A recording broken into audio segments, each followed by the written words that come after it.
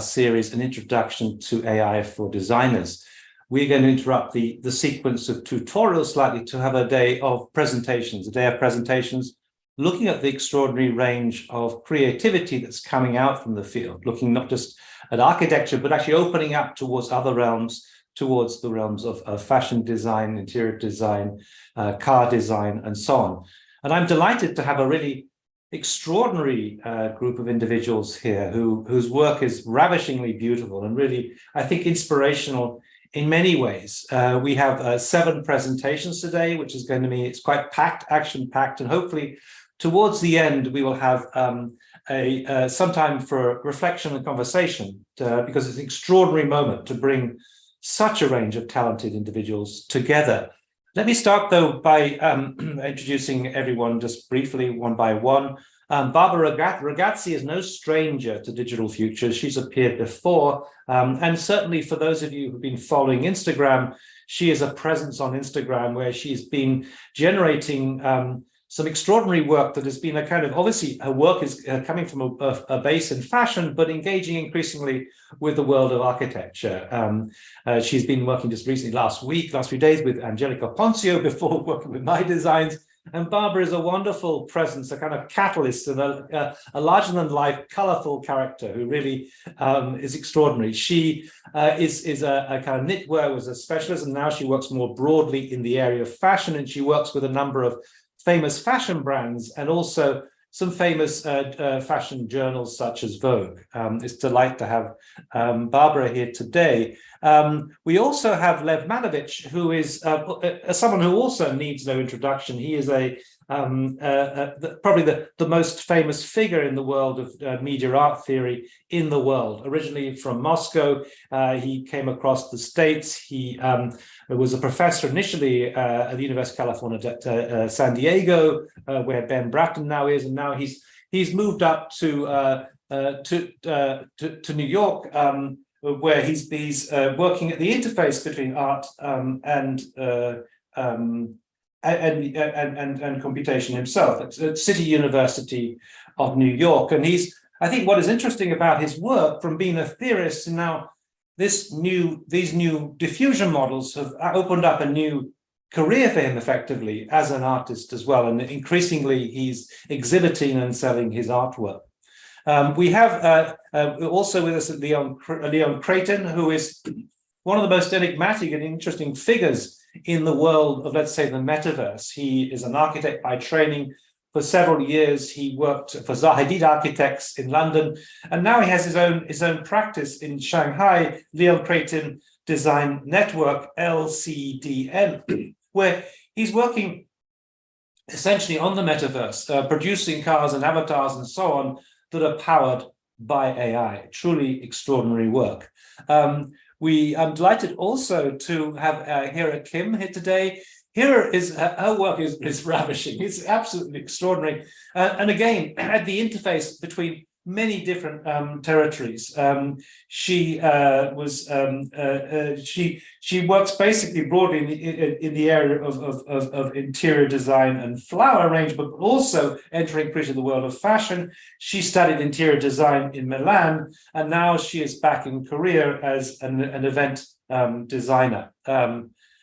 We have also Maritza Rubio, who is an architect trained in Spain. She came across to London to study at the Architectural Association in the MTech program with Michael Weinstock, and she's now working for Chapman Taylor, but producing some extraordinary work, as we shall see, at the area of kind of, let's say, fashion primarily, but from an architectural background. Also, from an architectural background, we have Sara Codarin and Carl Daubman. Sara is, of course, as you all know, is part of Digital Futures, the organization, and was organized the first ever Italian session. She is a professor at Lawrence Technological University in Detroit, and a partner with Carl Daubman, who is the Dean of Architecture and Design at Lawrence Technological University, and together they curated the event Mobile Detroit in the past few weeks, and we will no doubt hear a lot more about that. But both coming from an architectural background and working, obviously, again, in different domains. We also have Ila Colombo, who is has been collaborating with Ross Lovegrove over the past few years. She is her family's originally from Italy, but she is from Brazil herself, currently in the UK, but moving to Dubai. I think in many ways, the force behind the shift towards AI in Ross Lovegrove's work, and of course, Ross has been an incredible contributor to Digital Futures. He was both on a panel discussion and also was present in Venice when we had our first ever hybrid event during the Biennale, and it's wonderful to have Ila with us today. So we've got an astonishing range, a lineup of individuals who cover such a huge terrain and mixing, as it were, some of those disciplines. And I want to briefly say just a few words, introductory words about that process of mixing. And before I do it, let me just simply say that today we are on the Art and Design, the second session. We have 2 more tutorials coming up on the 7th and the 14th of October before our final session on AI and creativity, where Ross Lovegrove himself will be present, along with Patrick Schumacher. When you heard a series of other individuals, we'll be looking at the theme of AI and creativity. But I just want for a moment just to kind of to just pause for a second and just offer you maybe just a few minutes of reflections on what is really going on in this moment when we're kind of blurring the boundaries, as it were, it might seem, between these different disciplines. This is an image that I generated using Midjourney version 5.2. Remarkable, because I didn't give much information to Midjourney, and yet it basically designed this whole building and its landscape, even though the prompt was very minimal. The prompt was basically for a house in the Austrian Alps, and that was it. But what was also curious about these prompts, and many of you know that prompts can be quite complicated in many ways. They can refer to a lot of different things. You can refer to the rendering, you can refer to the lighting conditions, you can refer to the detailing, and so on and so on and so on.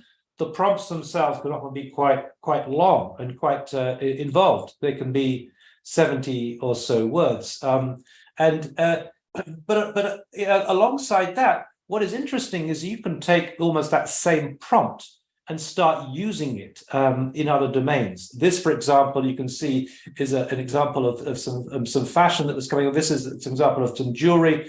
And what is significant here is that each of these short little studies is using effectively the same prompt. The only thing that I'm changing here is instead of house in the Austrian Alps, I'm saying model wearing earring and so on. So what you get coming up here is an extraordinary example of what has been termed Gesamtkunstwerk, the total work of art, and we saw this, although the term itself was invented in the 18th century, we saw it by Wagner to refer to his period. We saw it particularly in the domain of the of the Baroque, when we had a connection between everything, between the door handle through to the kind of the furnishing, to the interiors, through to the exteriors, through to the urban planning, through to the music and everything coming together in a single totality. And that makes this work in some ways extraordinary. But at the same time, the question would be this breaking down of boundaries, is that really what's happening, or is it something else? And what I would say is, what I find interesting is that whenever I'm involved in generating some of this work, I end up not being sure quite how to evaluate it. I often call upon Barbara when I'm generating these kind of fashions and saying, well, which is the best one? I don't really know what is fashion, what is good fashion. And in fact, I'm quite sure that a fashion designer would immediately find some problems with all these domains. So in other words, what we're discovering is that alongside this kind of seemingly kind of breaking down of boundaries, at the same time, there is some kind of structure, shall we say, of kind of authority, or at least of expertise that is going on I noticed that one fairly eminent car designer unfollowed me when I started uploading some of these images of cars. I'm not quite sure whether it was a result of that or what, but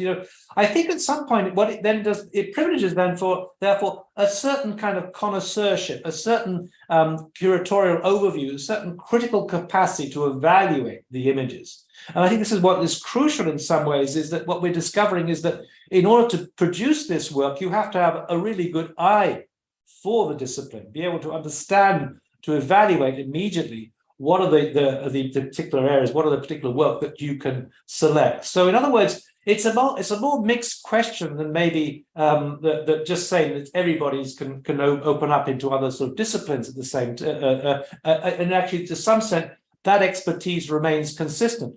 Nonetheless, I think what we're getting is an astonishing kind of range of creative output. The term creative, of course, is highly contentious in many ways, and we'll discuss this in the final session. And we're getting not only a kind of prosthesis, AI becoming a prosthesis to the human imagination and opening up all these new possibilities, but we're also getting a creative way in which these tools are being played with. And I think this is the exciting thing about the work we're seeing today is the way in which it's really it's giving us a highly inspirational dose of exquisite imagination that is quite definitely taking forward the discipline in some senses. So I will unshare my screen and welcome Barbara to be the first in the presentation. Just to say briefly, in terms of the order today, we will be starting off with Barbara, then going to Lev Manovich, then Hera, then Leon, then Maritza, Carl, and Ila at the end. So welcome, Barbara. It's great to see you, as always, as always. Hi, Neil. It's a really pleasure to be here another time with you and with everyone with us. Thank you very much. How are you? You are a new fashion designer, the new fashion designer of the year. I'm not so sure about that, but it's certainly, thank you, Barbara, for lighting up our lives with your extraordinarily colorful creations. It's really a delight to not only have you here today, but also to be able to see your work on Instagram. So, Barbara, would you like to share your screen? Yes, of course. Sure, suddenly.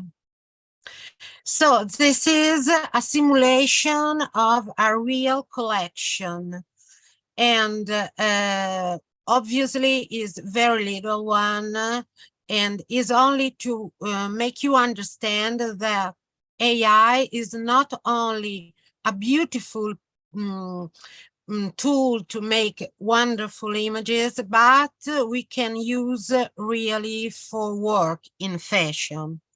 So hope you will like.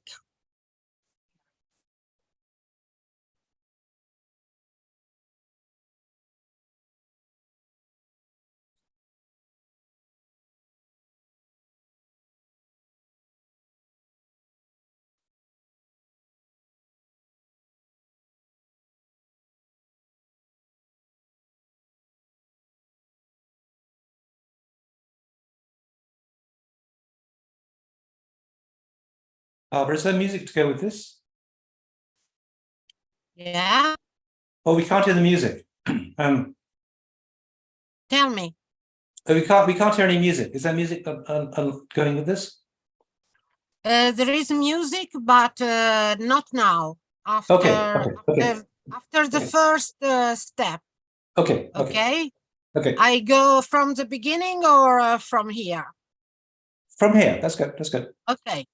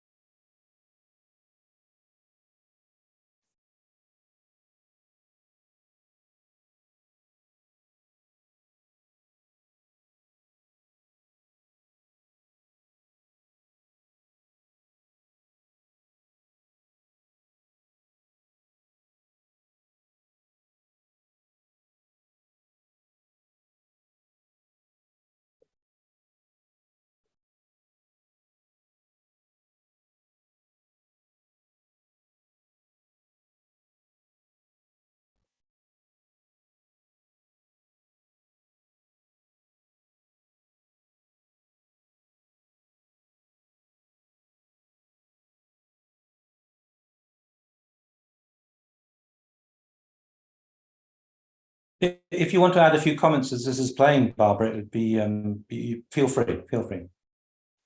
You want a comment, but I think it's very clear for ones that understand fashion, because those are all the phases we must have when we do a collection.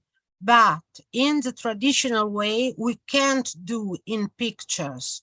We only can do in drawings by some programs, but never in pictures. Now with AI, we can have in pictures. And for the company is more clear and is more easy to understand what they have to product, what is the final customer. So it's more easier for us. It's not easy to have the perfect product you want, because of course this one is very clear and you can do it, but with some little things different. But this is normal also if you make a sketch in drawing. We can't always make everything we want, but this is very, very, very easy to make, and is not easy to make in Midjourney or in another AI, because you know that AI do what he wants, not what we want. To make what we want, we have to tell something particular. We have to work a lot, but you can see. Barbara, do you want to play the video while you're talking? And it'll be good to get, these are useful, very useful comments. Maybe, okay.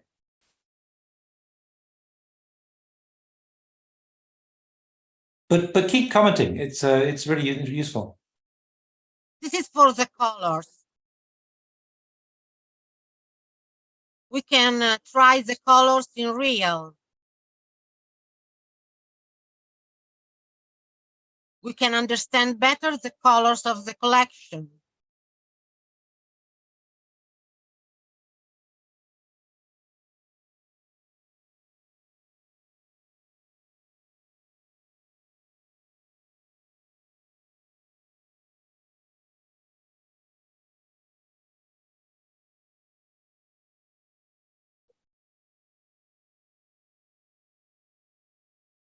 This is like a catalog that we make for the company at the end of the collection, when the collection is ready.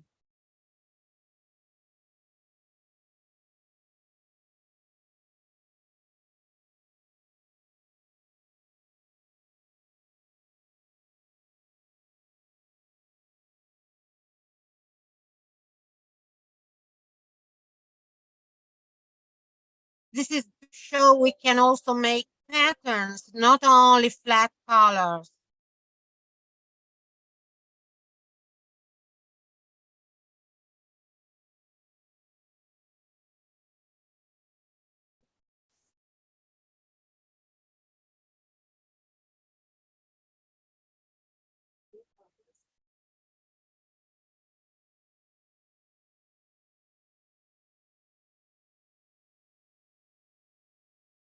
This is the new thing with AI. So we can do quite everything in patterns. The wow effect, we can have really wow.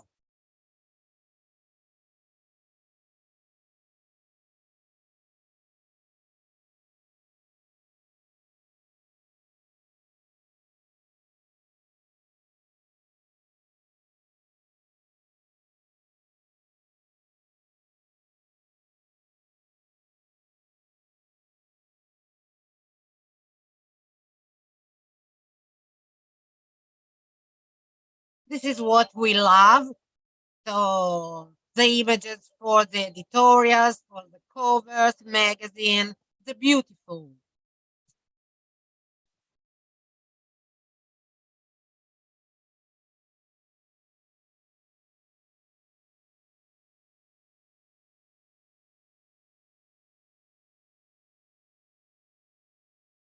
And yes, we can simulate a runway and have a look of all the collection moving.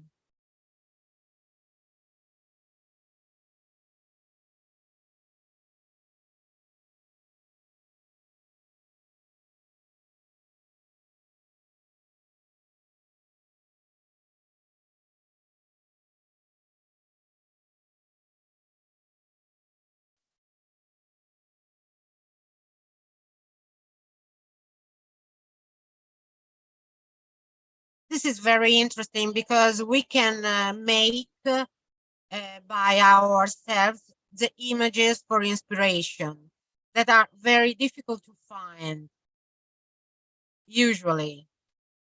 Now, not.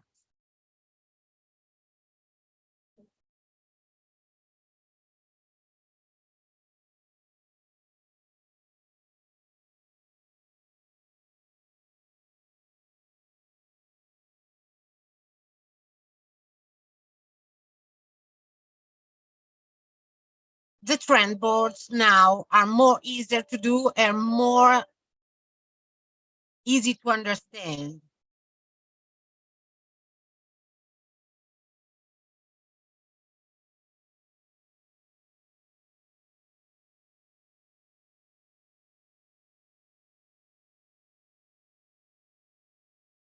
And this is one of my creation that became real, made from a company.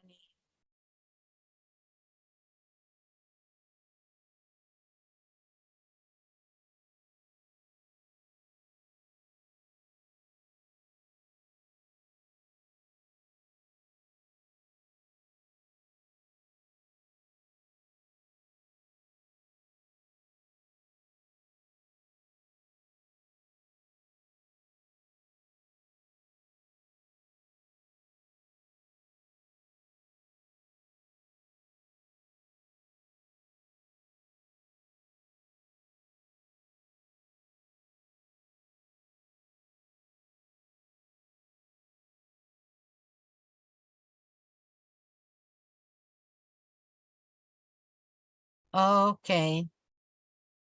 There was also Maritza in the same place in Tokyo. So I hope that you understand what I try to explain.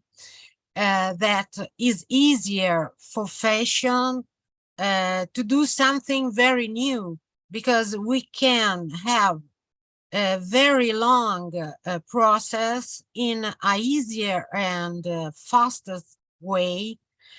And for the companies is more easy to understand and to do the real product and to understand if they want to produce it, because sometimes we draw something and it seems very beautiful, but we don't understand really till is ready, is made. Now we can understand better and also take away what is not useful for the companies.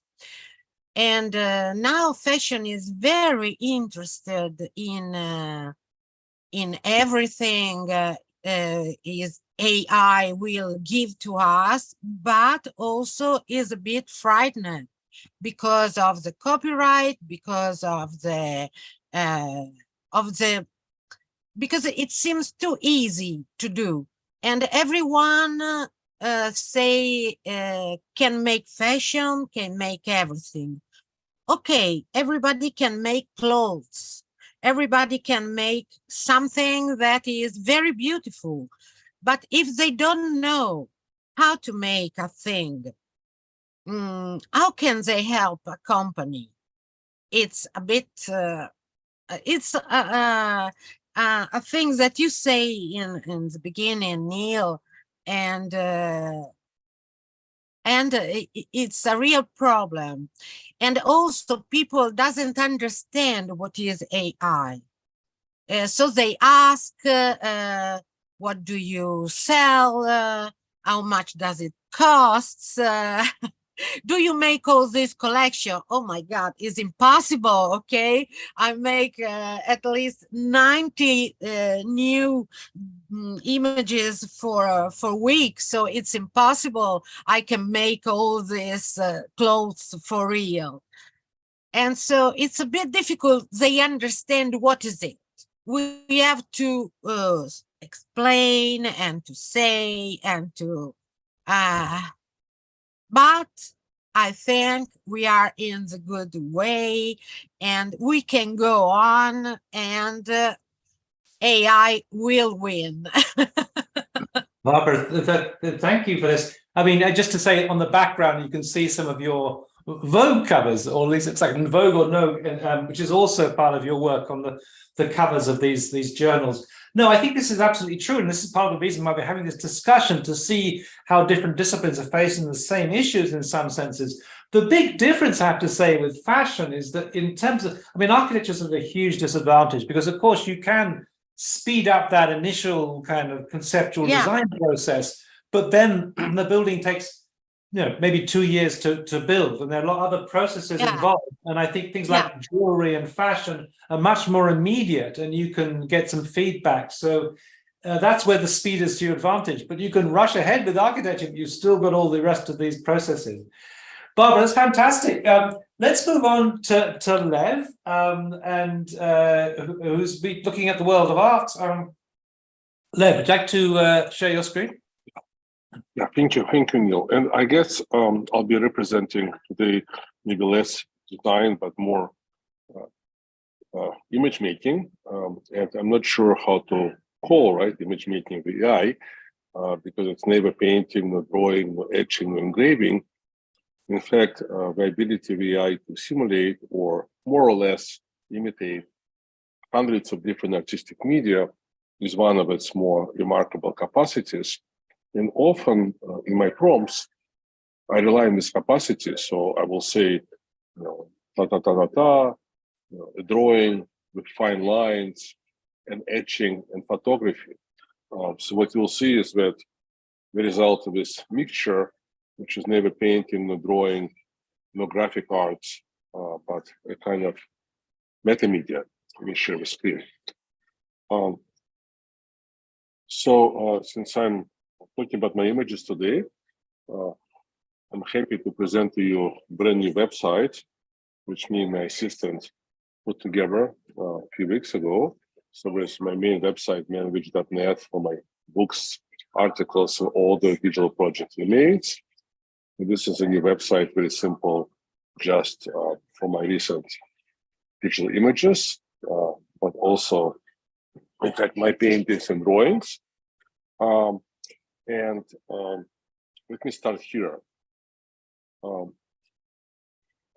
So I was born in Russia, in Moscow, in fact, and we immigrated in 1981. So this is the late Soviet Empire, the kind of late communist era. And I started studying art at the age of 12. When we immigrated, I immediately started to make drawings, which symbolically represented my experience of living in this very particular place, which doesn't exist anymore. So I feel privileged that I grew up and experienced this place, because in a way I'm like an alien who grew up on a different planet, which is this Terra Sovietica, the late Soviet Union. And the way I would represent this place, so these are the drawings and etchings, a couple of new ones, but mostly old ones, which I did around 81, 82, 83, so this is 40 years ago, is as a kind of world where a theater stage, a performing place, reality have merged. Because you wake up and from the moment you leave the door of your apartment, you perform the role, you vote, in meetings, you march on demonstrations, and then you only yourself in your apartment with your friends. in fact, this theatricality, you know, this performative nature, of course, is typical of all societies. I mean, people today in democratic societies also pretend, you know, they make art for social good, you know, they come up with great ideas. You don't really know what they're thinking, you know, behind the closed doors. But the separation between life and performance was, I think, more clear in a way, more clear cut in these totalitarian societies. And in my artistic, let's say, imagination, my imaginary, this world was like a stage, but the stage which also become real. So you can see there's no horizon line, there's a kind of back wall, some toilet paper, you know, roll right here, and some shoe. So that's one image. And then, oh, sorry, we don't have navigation. Even this is, you know, trying to get back at the same aesthetics of the same ontology. This is from about 5 years ago, kind of mixing macro and micro, right? Mixing kind of different scales. Let's see. Really, it's the first time I'm using this website. So to show, so I'm realizing, of course, my assistant probably didn't follow my advice, and I thought it would make all the images small. Yeah, this is again from 40 years ago. So the world is decaying. So think of a feat of absurd, you know, Camus, Beckett, Ionesco, so, you know, Kafka, something which was very common and taken for granted in the 20th century, you know, where, you know, black and white images were considered to be the norm. But today, when you share with black and white images online, people say, why it's so depressing, why it's so sad? Well, the life was not so wonderful in the 20th century with wars, Hitler, Stalin, you know, communist countries killing 300 million people. But today, in the age of mid-journey stable diffusion, you know, we like pretty pink, green, blue, happy images. So you have some old TV sets, you have some construction materials, and so on and so forth. So this was the aesthetic which I naturally developed 40 years ago. This was the first etching I ever did when I took the etching class at New York University in 1982.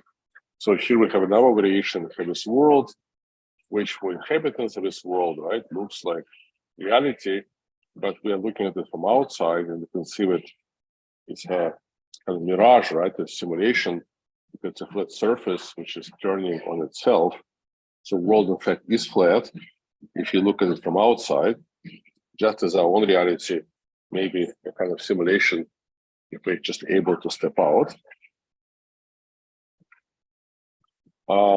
And then, you know, last year, literally 2 weeks before the journey opened its tool to public, I picked up a pen again. So I thought maybe after 40 years, I can come back to this. And this was the first drawing I did. And then I started doing more. And for the last 18 months, I've been kind of going back and forth between doing drawings by hand and very self-consciously trying to imitate myself.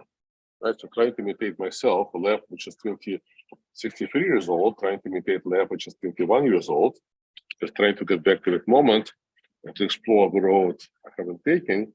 And then also almost every week or every day, sometimes using Midjourney mostly, and sometimes Stable Diffusion, and like many people having generated 15,000 images in the last 18 months, trying to figure out, you know, how it's all connected. So I'll show you some of these images.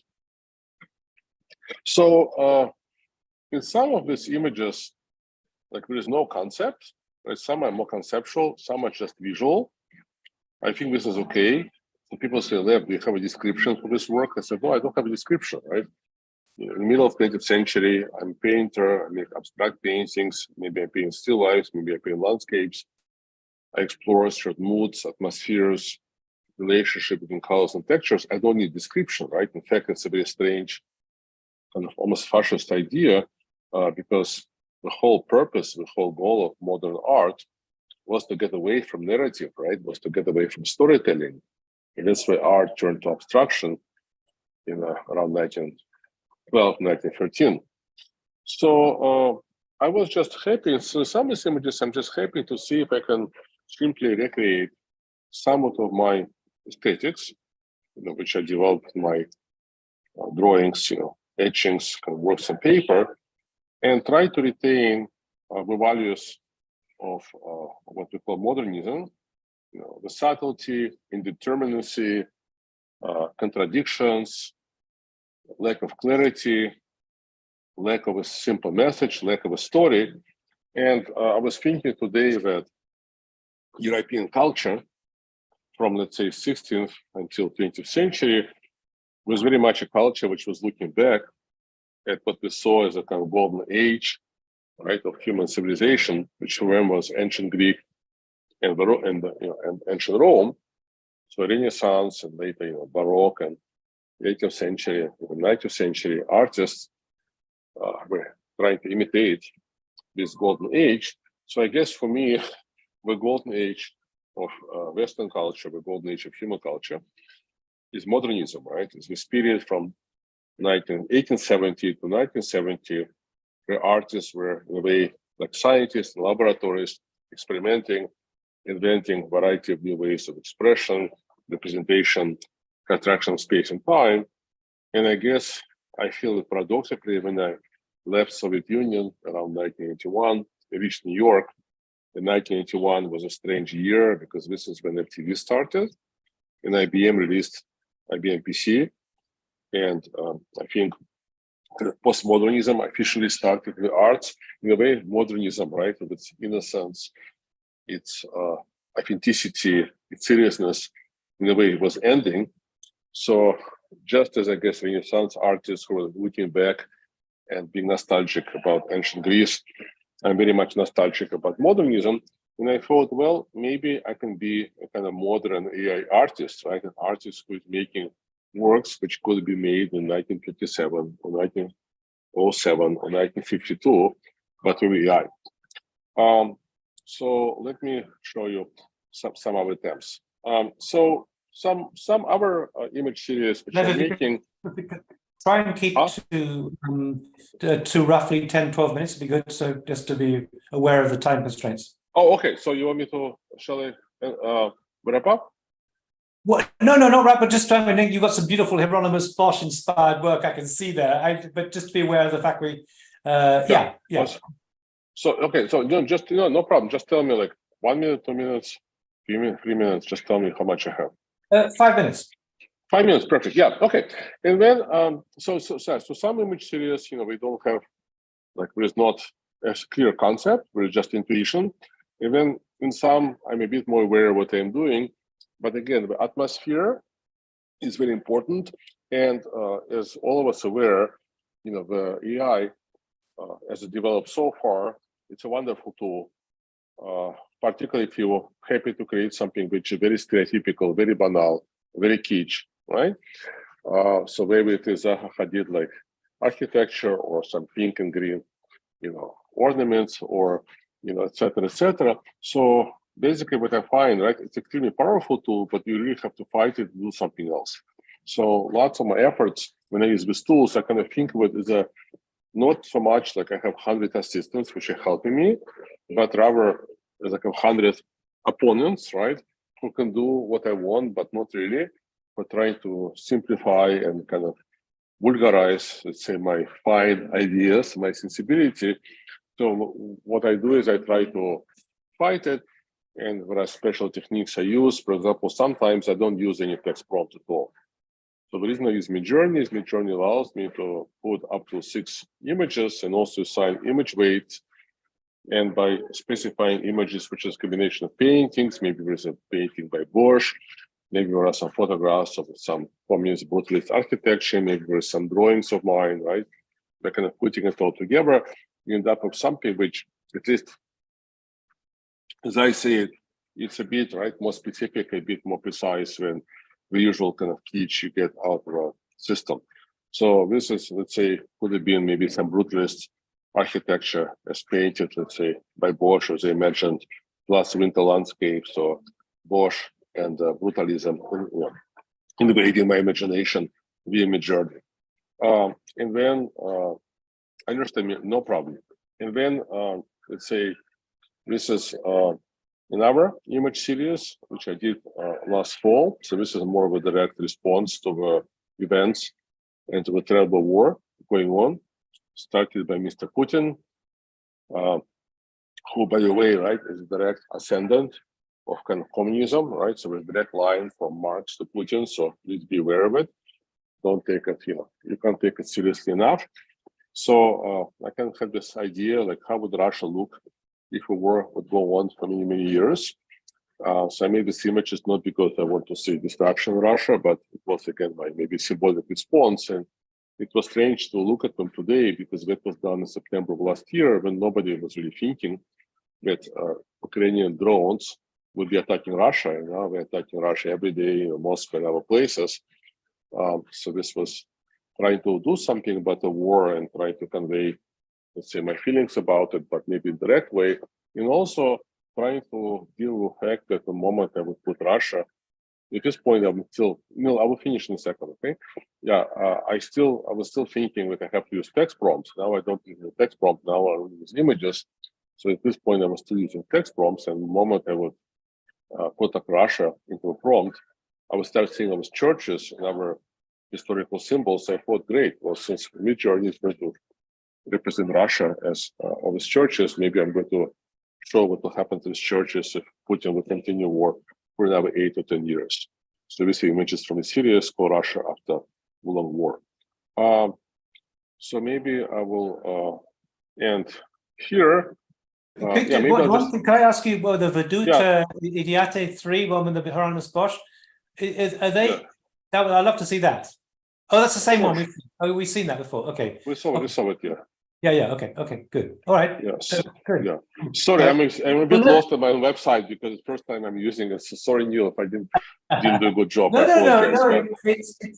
It's great to see this perspective on things and to see the way in which you're using it, not just to create images, but with a particular political content, shall we say, addressing issues of our time. That's well, it's kind of addressing the issue of our time, but also in a way, like at the same time dealing, right, with this. If you allow me to say something for 10 seconds, right, at the same time dealing with this very strong kind of built-in, let's say, built-in characteristics of this media, right? Like if you make a website, you can do anything, but when you use Midjourney, it comes with some message, right?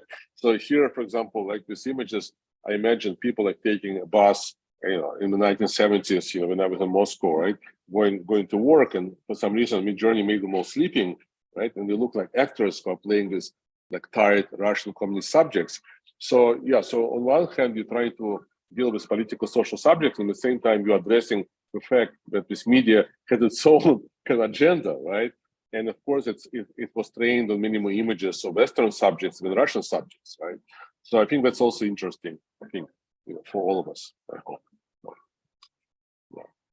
Great, Lev, that was fantastic. Thank you so much. Got a slight change in the order in that we're putting Hera on last.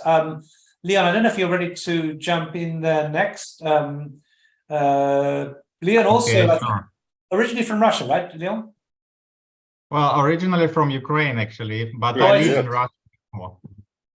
Yeah. So shall I start? Yes, please. Please share your screen. Yeah.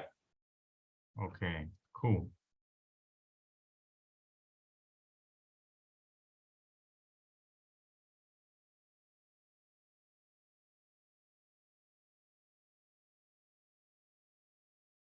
How's the screen? Do you see it? Yes, great.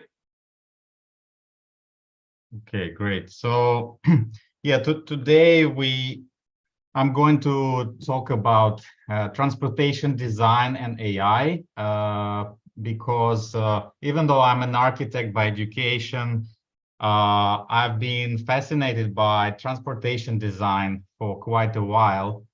Moreover, I was taking a course in transportation design using virtual reality by one lead designer from Ford, and it was like actually one big inspiration for me as well to pursue this vehicle design and explore how we can use vehicle design using AI and how we can use it these designs to kind of transfer it to metaverse, because this is kind of my main interest in the recent times.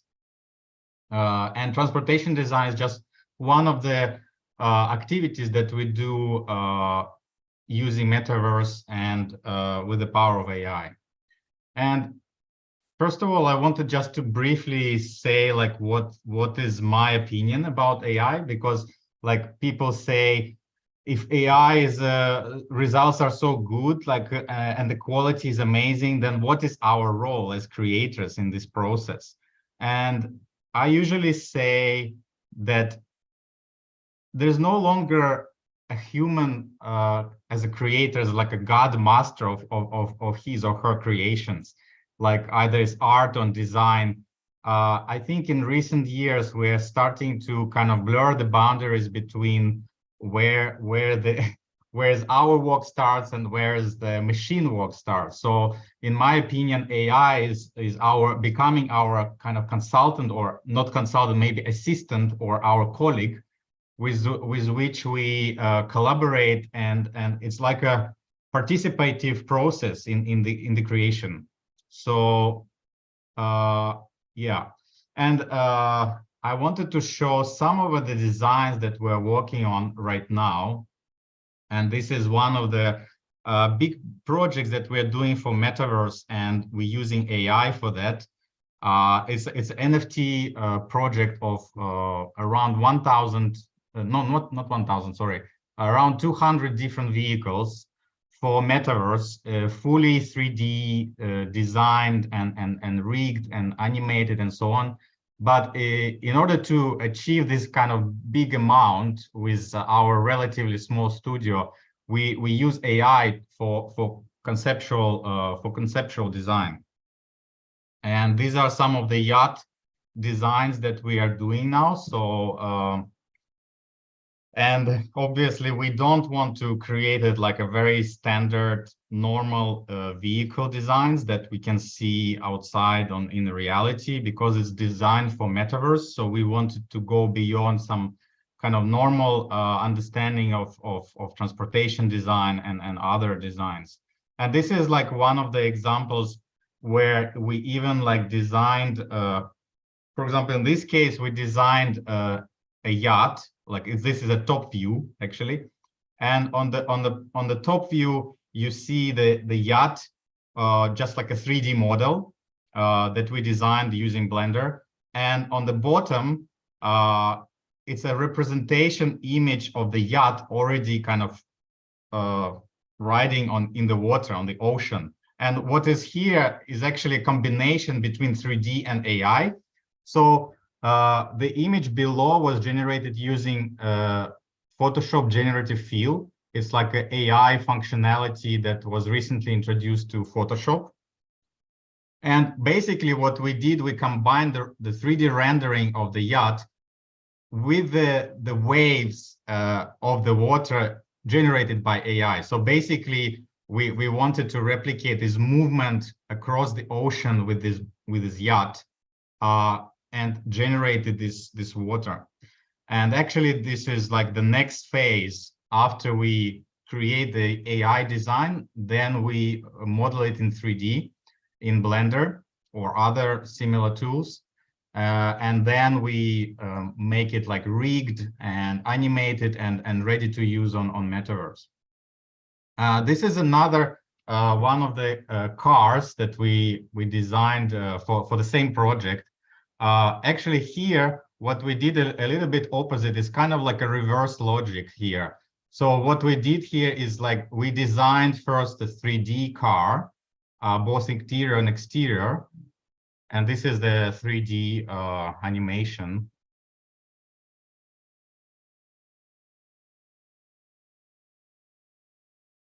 People actually can get inside, or they can ride it outside and so on. So it's both interior and exterior designed.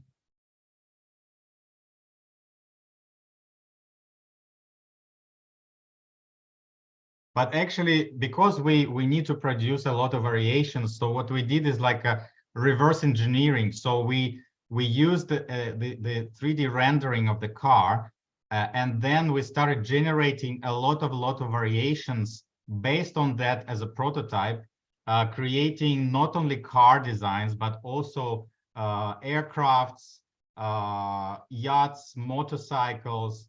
And by modifying slightly the parameters of the prompt, we were able to produce hundreds of different vehicle variations in one evening, just by having one kind of prototype design that we did in 3D. And this is kind of how we use this reverse engineering logic from the 3D design to multiple variations produced by AI. And then going back to 3D and choosing the best, in our opinion, designs to reproduce it again in 3D.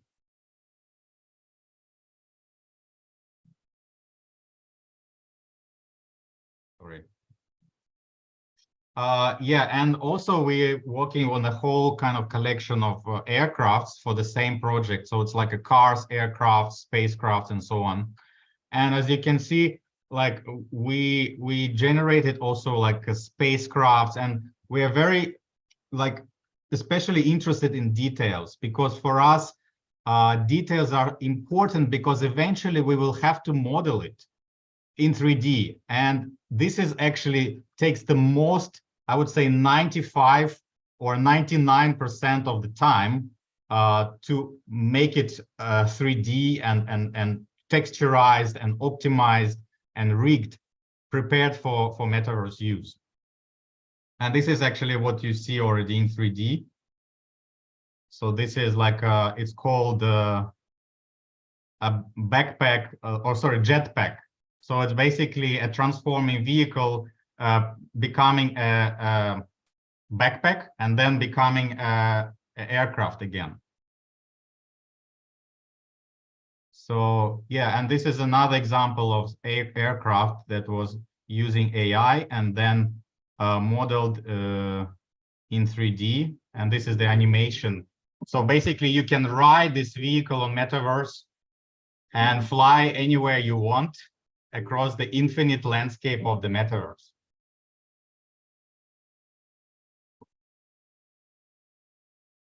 So another project I wanted to show you, which we recently did in collaboration with Bentley, with Design, magazine Design for Bentley. And that was our proposal for Bentley Metaverse Experience. Bentley was interested to create this kind of luxury, retail, Web3 inspired experience, but they didn't say they want metaverse. This is kind of our idea that we translated from the brief from Bentley. And actually, so this is like the combination of 3D and AI images that we created as a kind of collage. And this as well. So even like this lady and all of this, like the car, the details, the interior spaces, they were all generated by us with AI. And certain things we wanted to use 3D, but in this case, everything is AI generated. These are all different spaces. And sometimes for example, in this case, you can see it's like a evolution progression from the very old model of Bentley to the very recent models. So in this case, we used a collage system where we generated each car as an X-ray kind of hologram separately. Then we generated this whole kind of space, metaverse space of the Bentley. And then we combine this all together, all these AI generated pieces together to create this kind of, we call it time machine, Bentley time machine. So it shows like the progression of the brand, how it was evolving throughout the 100 years. And this is another space, like a museum of Bentley. Also, we used a similar technique where we generated bits and pieces with AI, including the space, and then we combined together to make it like a proper interior space. We also were, as I said, like we're meticulously interested in the details, because eventually we wanted to even model some of them in 3D. So we explored a lot the essence of the design aesthetics of Bentley, the details, the stitching, the materials, and so on, the grills, and this is like some of the details that we explored, generated with AI. And this is a film that we produced for this project. Also, like it was 70% made with AI. I will play now.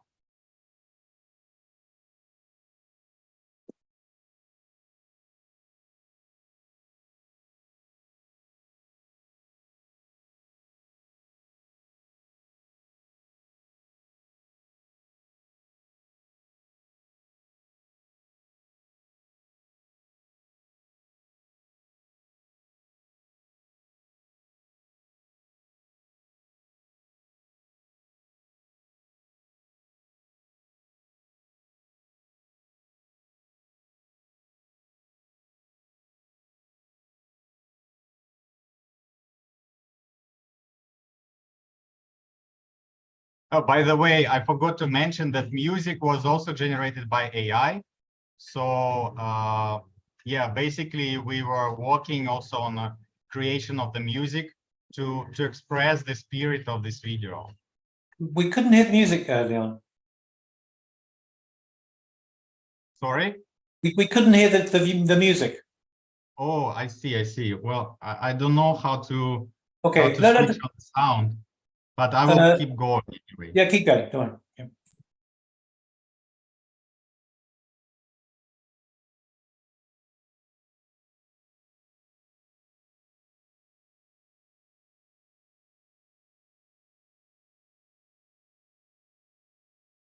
Yeah, anyway, unfortunately, I will send the YouTube link later so you could listen to it with the music, because it's a different atmosphere.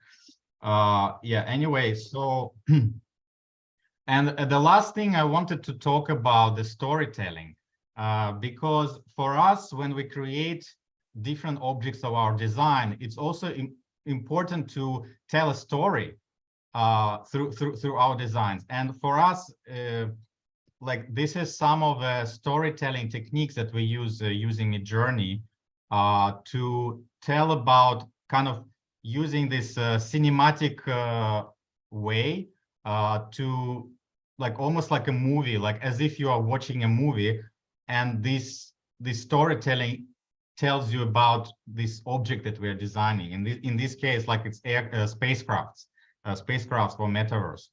And so this is like the way we line up. So first we sometimes start from a very distant scale, let's say like a macro scale of the whole like city or planet or something like that. Then we move on to the scale of, let's say, closer view, either it's interior view or exterior view of the aircraft or a city. Then we go closer to the characters. Like in this case, for example, is a lady in this helmet, or like a robot on the right side, to express this kind of a intrigue through the character's face, and also to show the micro scale closer to either like a close-up view of the vehicle, for example, or even closer view of the details of the vehicle.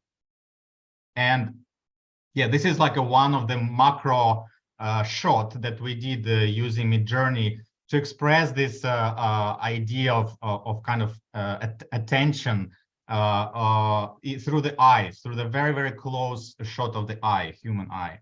And also we try to augment the eye expression, adding a little bit of a technology to it. Then we move on to more like a bit distant scale to show the overall face of the character. And a bit further away to show like an interior space, then the macro scale of the whole planet or the whole city or landscape, yeah, and also the vehicle itself, and also some of the details to show like the intricacy of the design. Thank you very much.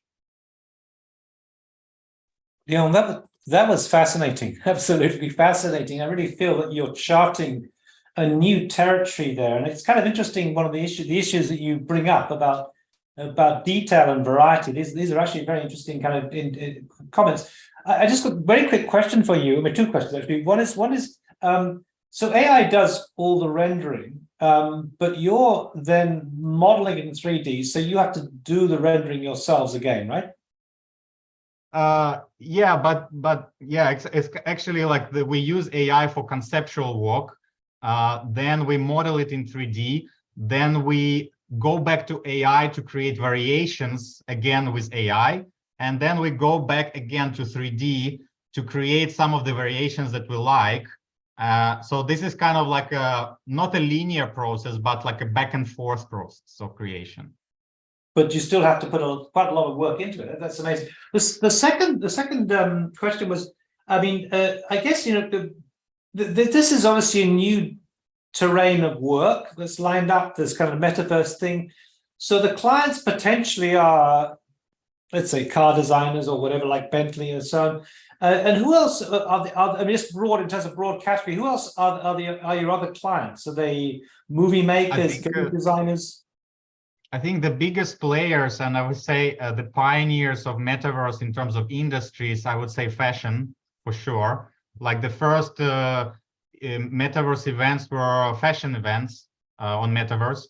Also art industry, because with the advent of NFT, as you know, like the digital art, especially industry, exploded during that time. And of course, NFT and metaverse was very easy to combine because you can bring all your digital art to metaverse. Either it's like a 3D sculptures or digital paintings or digital films and so on. And you can also purchase it as NFT on metaverse because it's very easy to link the metaverse and NFT marketplace and the asset, the digital asset that you're selling. So definitely art, fashion, and automotive is also kind of a little bit slower than others, but also getting into it. And I would say real estate, also real estate, before things get constructed, they want to show to the clients what it's going to look like using VR and metaverse. So that's fascinating. So there's another potential career for architects working in this domain that actually, I assume, is you can survive on it. I can assume you really must survive on it. Just one question there. I'm just wondering, because I would love to hear just a little bit of the AI generated music, and I think others would too. Let's try sharing again. And on the bottom left of the Zoom screen, there's a thing you click and says share music, share sound.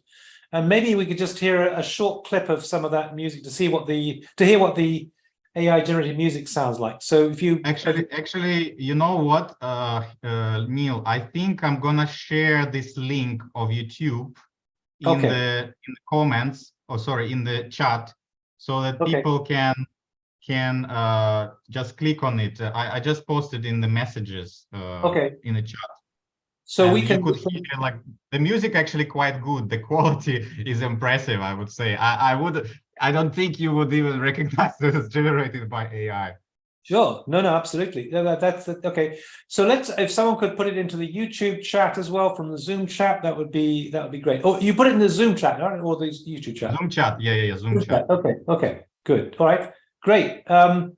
All right, Leon, that was terrific. That was actually opened a lot of interesting questions that I'm just fascinated by. But we'll come back to that at the end. I think let's move on to Maritza, who's also an architect who's moving in new terrain, shall we say. Maritza, would you like to share your screen? Hi. Yes, sure. Let me just share with. And maybe share your video as well. Sure. 1 second.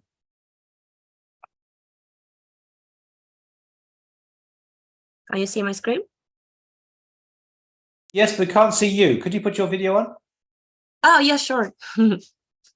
I thought I would run it like a little bit slower, but happy to share my face. Hello. Hi. Can you see my screen? Yes, perfect.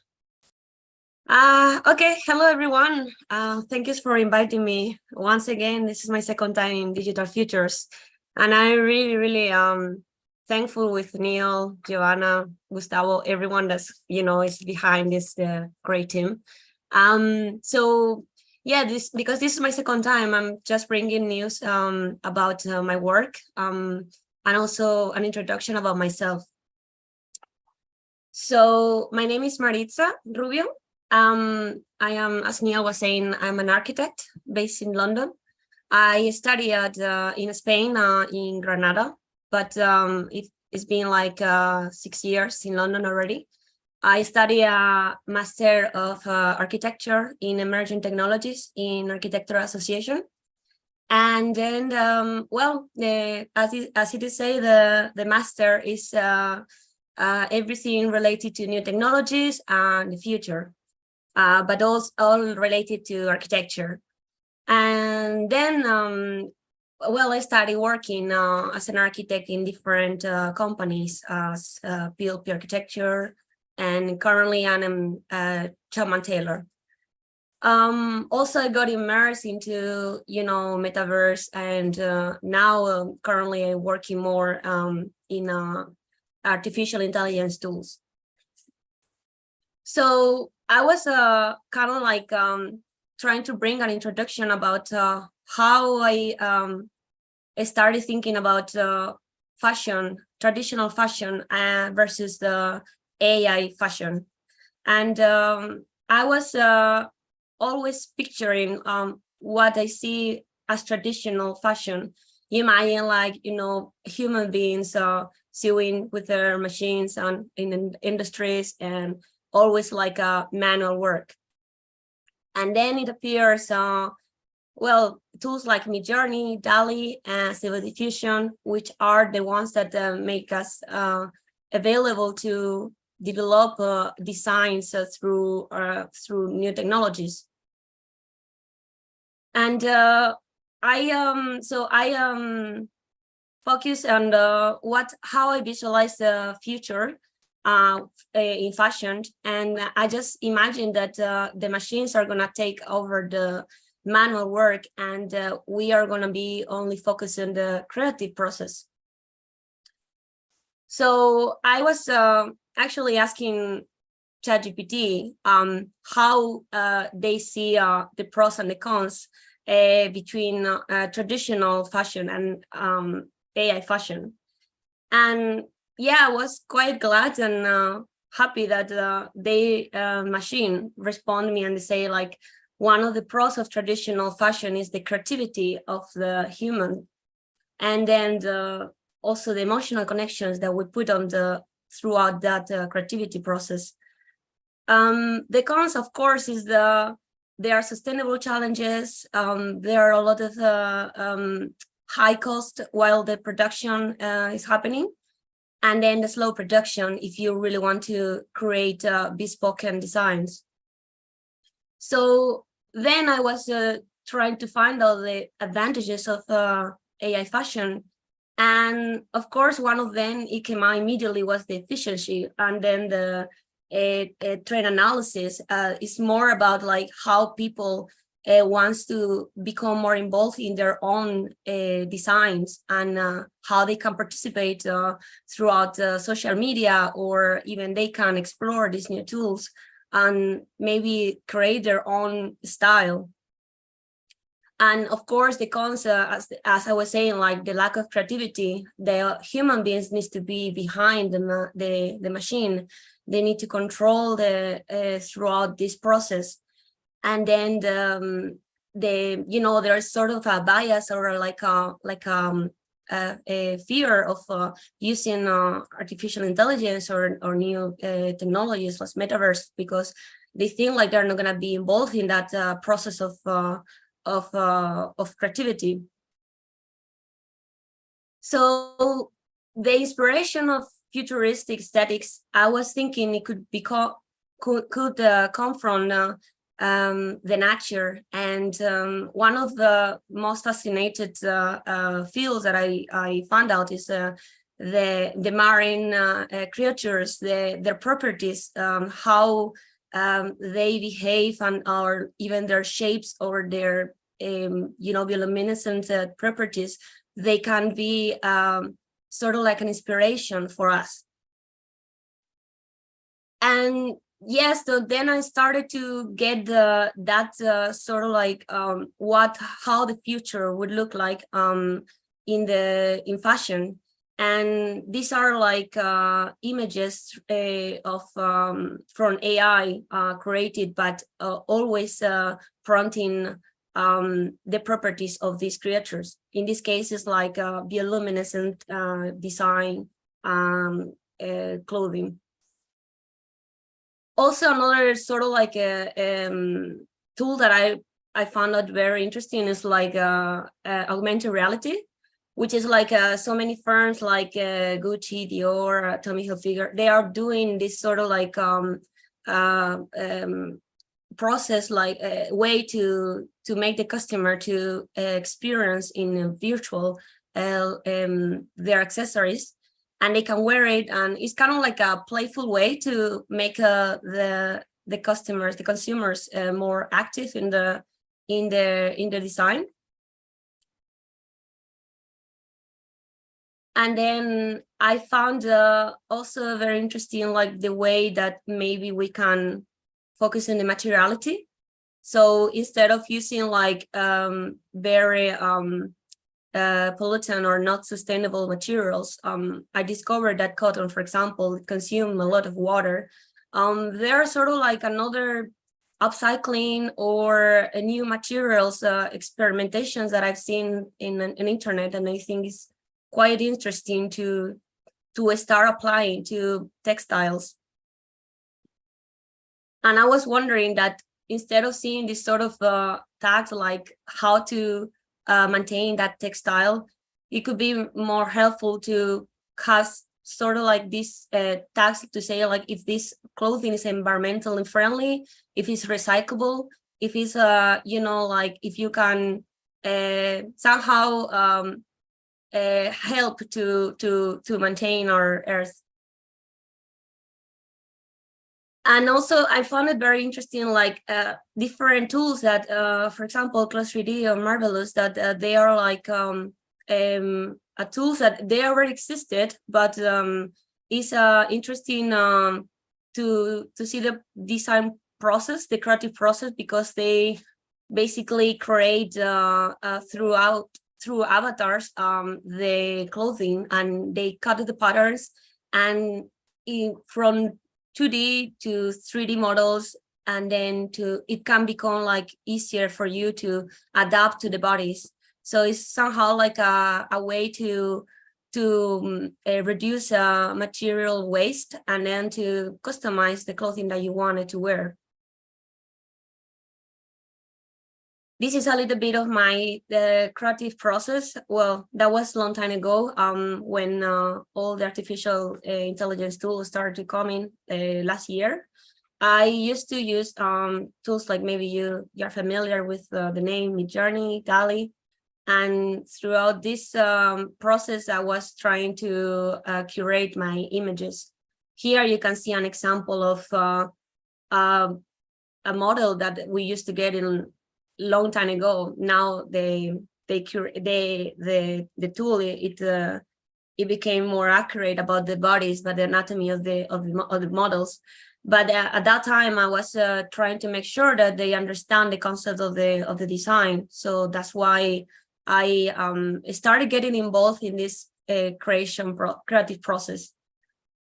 And then, of course, well, I have a Frenchie as a pet, so I got inspired as well for animals. I shared this picture before, but I was trying to bring it up because it's sort of like something that it connects me also to emotions throughout this creative process. And of course, as an architect, I am trying also to explore and prompting architects, designers, or some, not just animals or plants that I could get inspired, but also talented people that they already create their own path, their own designs, and they are really they already have their own brand, their own, how to say, stamp, like signature of their designs. And that's why I found it very interesting to also explore how they create their fashion. And then currently I'm using more an app called Runway, because I think it brings more the realism of my creations. And I started to rely on animations and things that make more three-dimensional your designs. So this is like a way to actually even make more interesting, catch more the attention of the people, to see how these designs are you know, made, created. Got interested as well in jewelry design, so it's kind of like exploring clothing, but also accessories, and the way that you can maybe just use the visuals instead of before starting the physical process. Another tool I used was the Stable Diffusion, which is like, it's similar to Runway, but they have like more data collection where they train the model, and then you can have the same version, but in different with different images. And of course, I'm trying to see what does the community bring into to push the boundaries, and also to make me like think about how we can start applying artificial intelligence in our creative process. And there was one the first AI Fashion Week that I was honored to participate in, and I could create like different model designs that I think that they were like looking futuristic. And then also, well, also, you know, events or topics that I'm really interested, as I was saying, like designers or couture designers that I'm interested to know what they do. And also, well, the Pride Month, when it's a celebration for the LGBT community. It was something like I tried also to bring it as design. And I can share a video with you. 1 second. Do you have sound on it? I think, yeah, it does, but let me know if you can. Can you hear it? Yeah.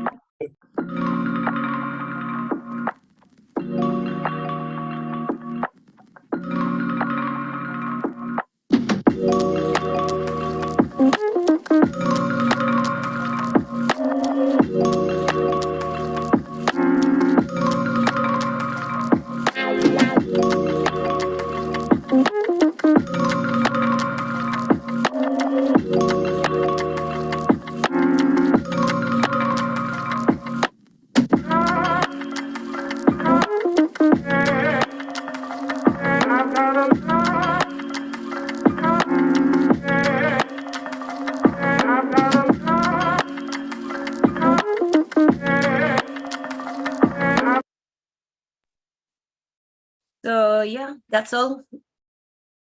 Maritza, thanks for that. It was a really fascinating presentation. One thing I just wanted to mention just briefly is that is to say the observation that ChatGPT made that maybe relying on AI might reduce the creativity of individuals. Actually, there was a similar, or at least a response to that concern that Manuel de Landa had, and he said, well, no, what's really happening is that creativity is shifting from form making into the controlling of processes, you know, and I think that is the interesting thing, is how we're seeing this kind of creative new way of engaging. And Leon was just laying out his kind of his strategic design workflow, which is completely different to the way we used to work in the past. And I think what's opening up are not just new horizons of possibilities in terms of the metaverse and so on, but also new kind of ways of approaching design itself, which is fundamentally going to, I think, alter the question about design. But it's fantastic to see the latest updated version of your work, and congratulations. It's really remarkable stuff. Thank you, Neil. Okay. Gracias, gracias. I shall be in Gracias. Spain next week. I'll be thinking of you there. So let's move on. I'm delighted to say that Sara Codarin has dropped in, has joined us. So we have both Carl and Sara to talk about the work they've been collaborating on, which is the Mobile Detroit. So Carl and Sara, would you like to share your screen?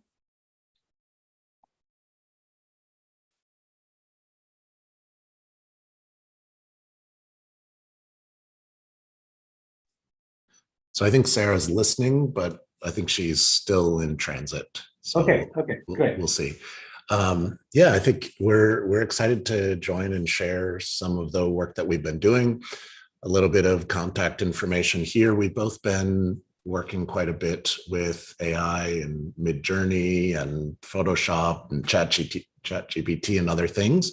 And we share that both through our personal Instagrams. And then I've also developed a project over the last year and a half called Robot Historian, which is completely through AI as a kind of exploration. The work that we wanted to share today, though, is less architectural. We're both trained as architects, but we also teach at an institution, and I'm dean at the College of Architecture and Design at Lawrence Tech. We have programs in architecture, interior design, product design, transportation design, game design, and graphic design. And so we're able to use these tools as a way to collaborate and communicate between these different disciplines. And so Sarah and I, just in terms of some of the work that we've done, we take a group to Rome each year. And last year we used Midjourney as a really incredible collaborative AI experiment. Rather than producing analog sketchbooks, as people have done for centuries as they visit Rome, we developed a tour book for Rome around AI images, which was a fun experiment. We ran a course, and our trip to Rome included students that were architects, interior designers, and product designers. This summer, we ran a seminar on storytelling, visual storytelling, and we had students that were graphic design, interior design, and architecture. And again, there's an opportunity that we see with these tools to be able to expand the creative potential, and in particular, working with students. And maybe just a few reflections and background on what we're looking at or why we did what we did with the exhibition that I'll share is that we see opportunities. I think anyone that's working in this space understands that it's not a kind of simple prompt image done. There's an opportunity to produce a number of images, explore ideas, and to be able to do this quickly. And so I think it's changing the way that we're thinking about design. It's changing the way that we think about creativity, and it's inevitably going to change the way that we think about design education. What we're seeing here is just a mapping of a prompt and an idea through the production of numerous images, where then a designer now needs to curate the work that they're producing. Whereas I think in the past, it may have been a slow process to produce a really crafted image.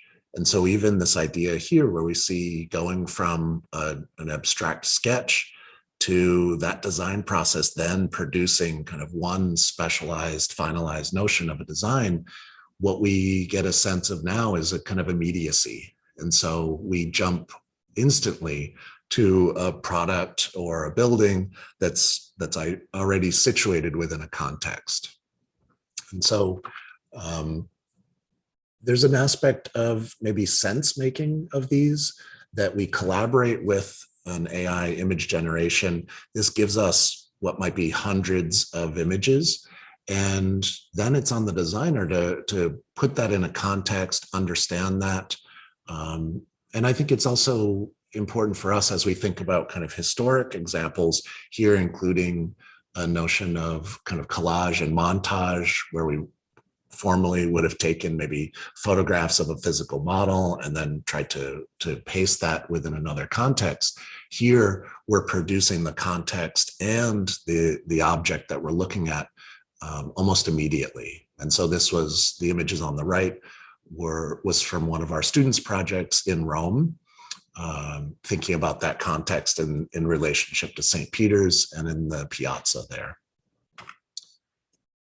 The course that we ran this summer was also an idea to maybe challenge this notion that designers with AI may just have their heads in their screens.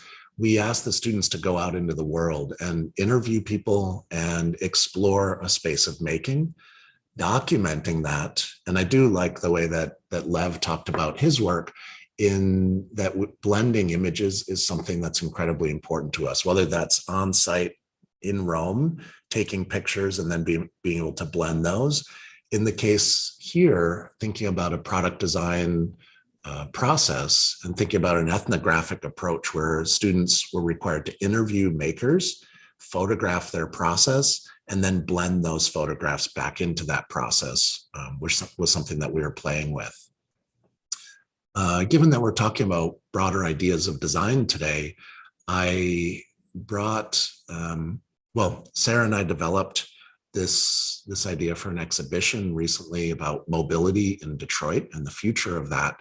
And I think it's just interesting, anyone that's working in architecture, we can use this describe function. It doesn't always return the specificity from our field, but when we start to look at cars, and I know I've been following Neil's explorations in terms of car design within Midjourney, here we can see putting in an image with describe, the Midjourney knows the car, knows the make and model, and often knows the year. And so there's a kind of shift for us where maybe very broad creative fields, we work hard to craft the prompt. And just this idea, at least within car design, there's a kind of finite design space, right? We kind of understand what a car is, we have the history of the car, and then we can riff off of that. Which leads us to the work that Sara and I have been doing recently in Detroit in September. It's the month of design from the UNESCO City of Design. And we pitched probably back in May or June, an idea to do an international call for images for what the future of mobility may look like in Detroit in 2050. 2050, a kind of arbitrary round number for us, but something that was not too far out, but far enough out that might challenge an idea about design fictions and other ideas about the future. And so from that, we assembled a jury, we put out a call, and we're really looking at these ideas about the fact that compelling visions of the future absolutely have a way to shape current development. We see that from, say, the work of Julian Bleecker, where he talks about science fiction, movies, and TV as a way of driving innovation. And so we did this call with an idea about what would it be like to move about in Detroit in 2050. Most designers wait or work up until the deadline. And so I have to admit that we were sweating a bit up until the deadline, but ultimately we received over 1,000 images from 164 designers. And so this points to a couple of things. One is that AI allows us to produce in great quantity. And so between 164 designers producing 1,000 images.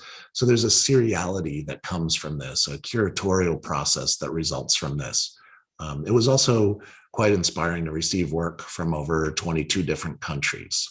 And so I think we know, as we look at the data, where the work is happening. We see maybe a kind of gender distribution. We see a geographic distribution of this type of work. And so our desire is to introduce this to more and more students, more and more disciplines, so that this work can advance that much quicker and better. So we decided to hang from the over 1,000 images, we reduced that pool and we did a kind of first pass, and we reduced this to about just under 500 images, and we printed 500 images in the exhibition space. We also struggled with an idea that different people may have produced 10 images, 4 images, 5 images. And as a way to scramble this to some extent, we wrote a script and had the work in the show color coded from light to dark. And so what we see is at the title here, as it comes around the room, it starts black and ends up white. And so it was a way, rather than showing the seriality of any one designer, it was an opportunity to kind of mix these and begin to put work of different scales together. And we can see here as it moves all the way around the room, ending with a series of images that are mostly white. And an incredible range of scales and approaches and disciplines.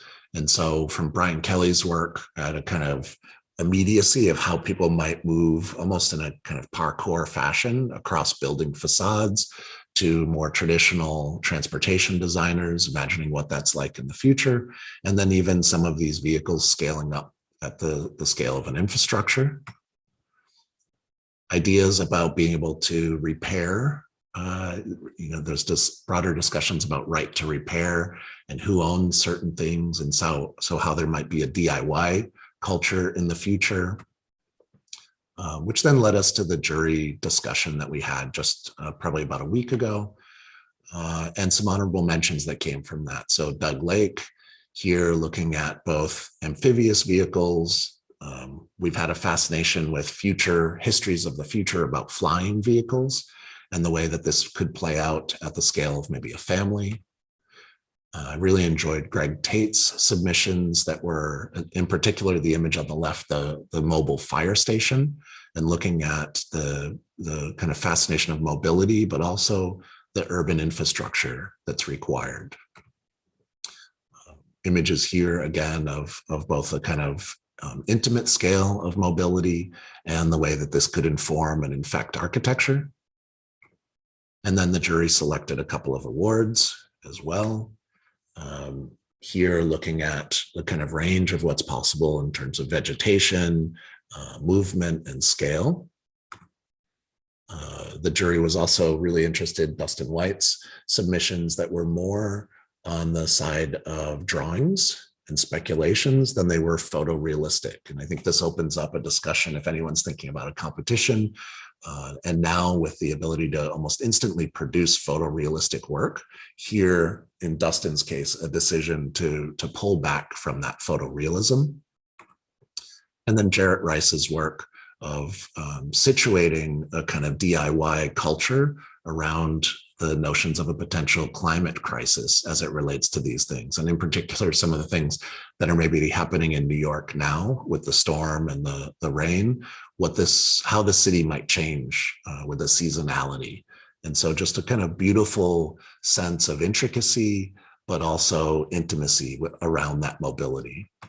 And so this work is up for probably another couple weeks, and then we've created a website, and then we're also sharing this work through Instagram, taking, you can imagine those 1,000 images slowly posted over the course of the next year, with hope that we would repeat this show again with the month of design next year around Detroit and around the incredible design work that happens here.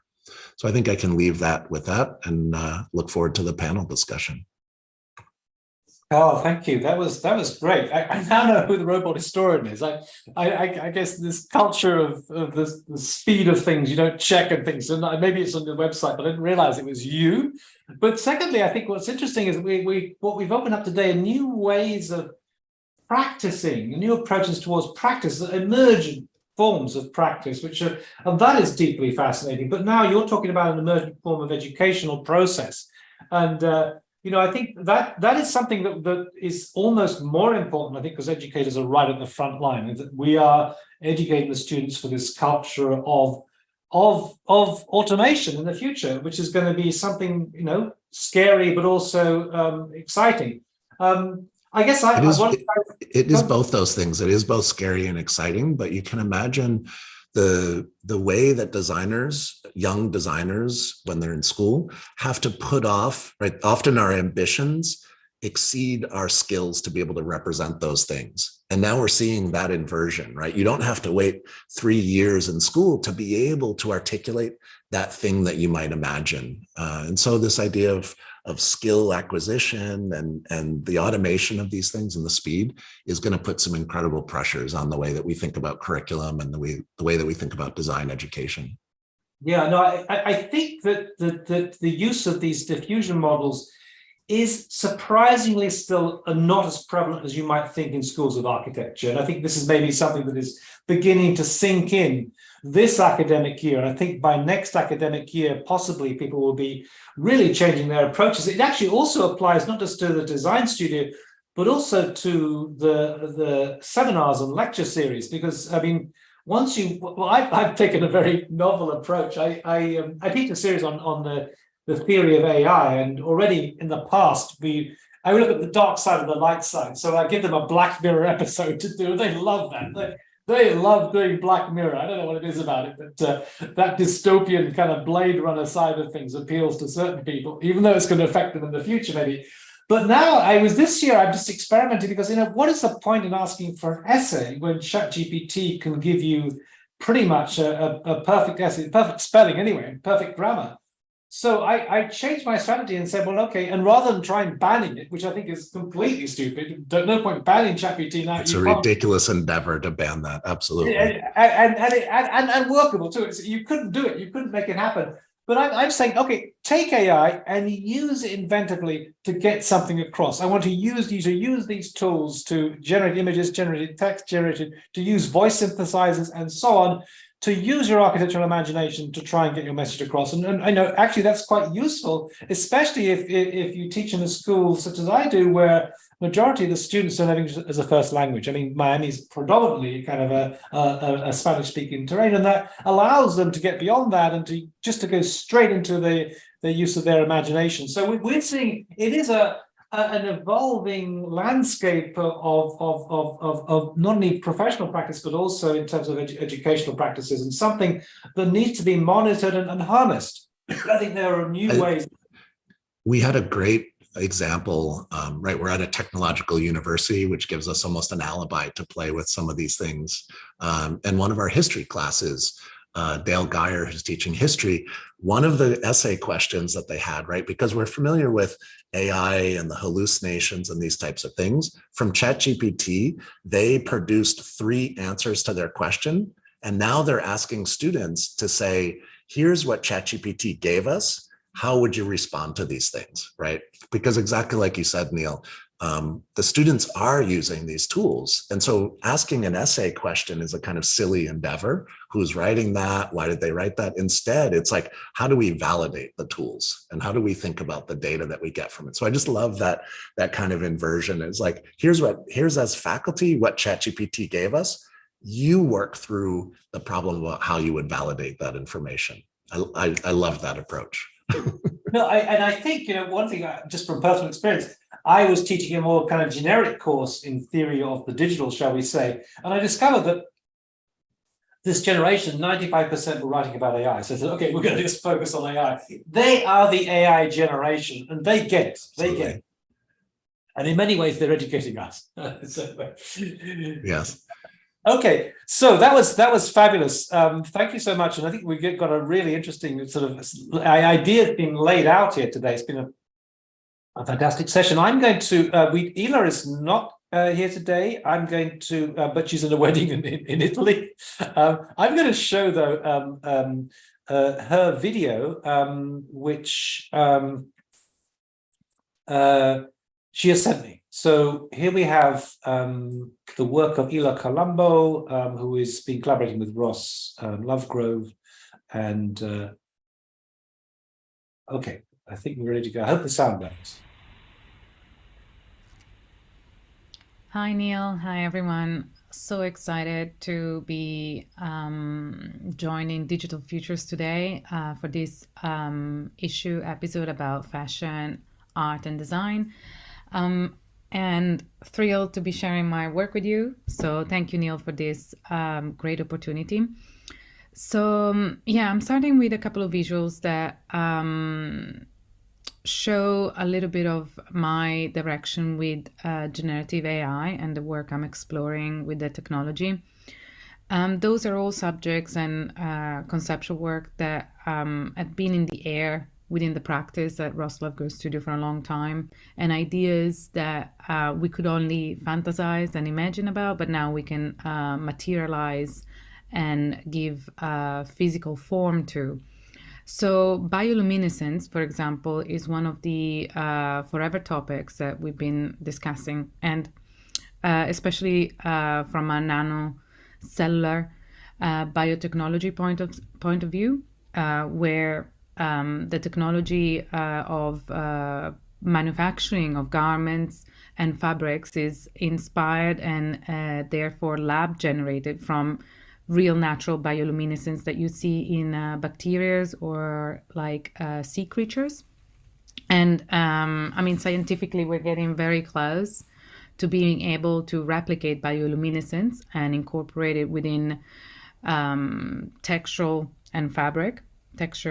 So yeah, what you see here are a couple of fashion statement garments that have biotechnology, biogenerated nanotechnology, bioluminescence in a way. So those would be bacteria incorporated in what looks like almost fiber optic yarns that are intricately knitted together to create those pieces.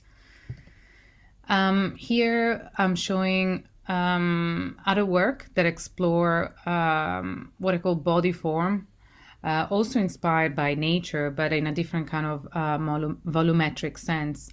But really, those are pieces that are meant to be craft tech, which is another principle that we explore in the studio, where you use additive manufacturing, for example, or other newly innovative manufacturing methods to create pieces that are in between craft and technology.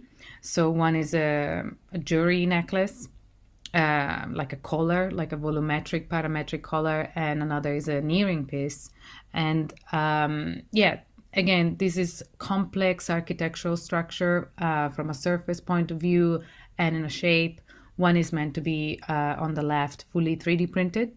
And as you can see, what I'm interested in my work is with generative AI is also give high levels of materiality. So you can really feel the and perceive the resin polymer structure of the piece, while on the right is meant to be 3D printed as the base frame and then incorporated with diamonds.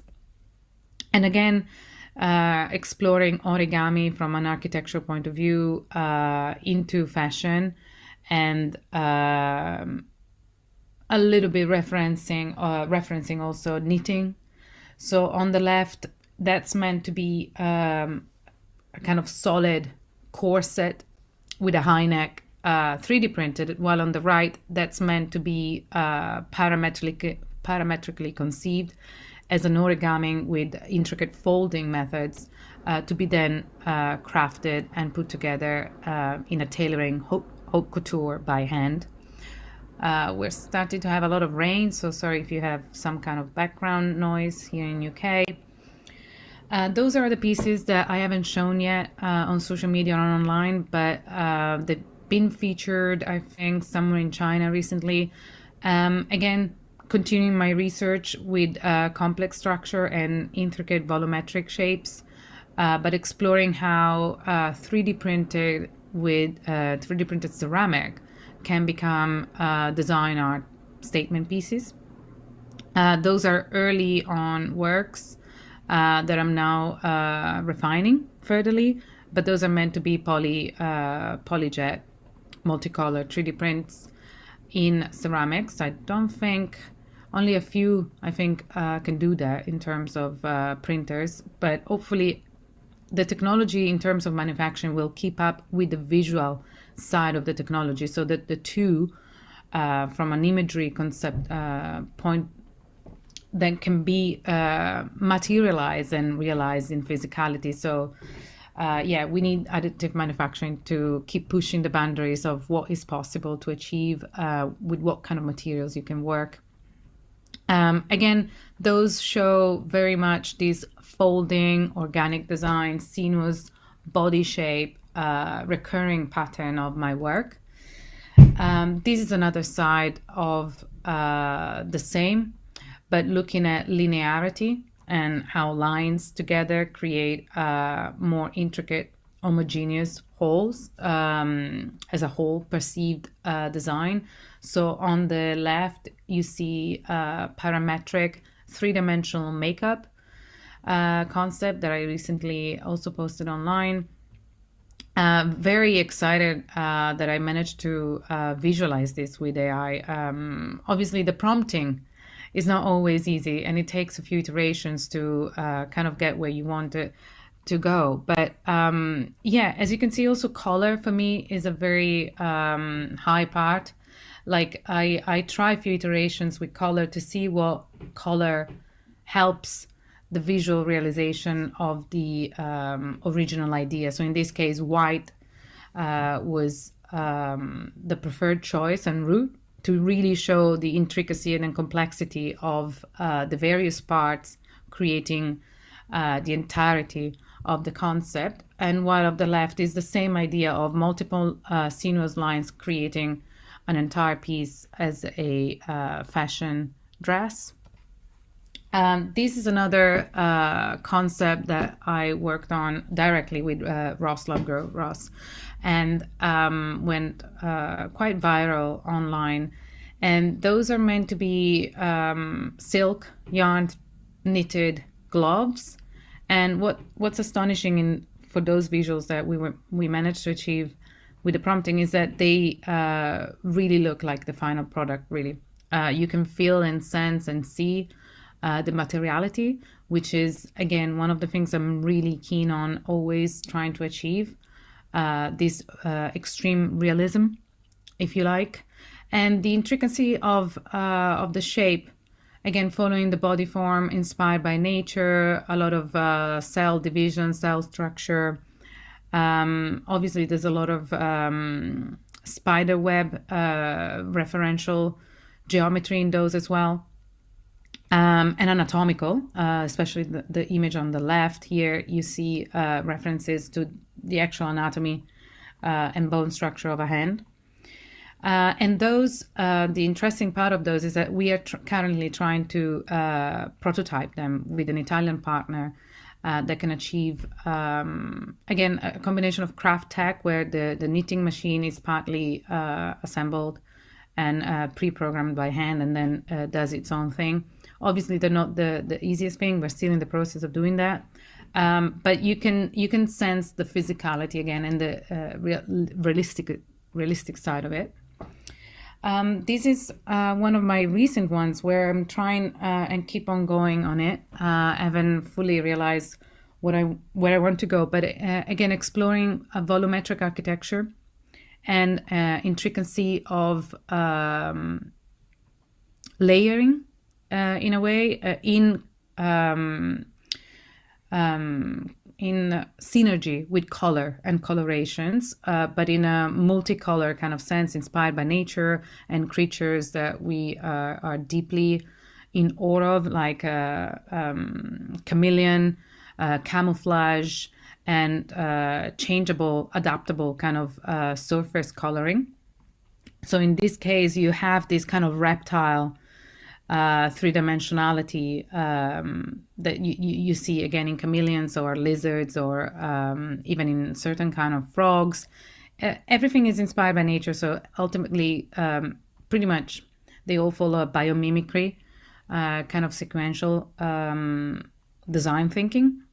But yes, so you see for this particular project I managed to create a prompt that allowed for this dialogue between the coloration, so the color two-dimensional patterning and the three-dimensionality of the visuals of the garments, which is I was very excited about and still very excited about.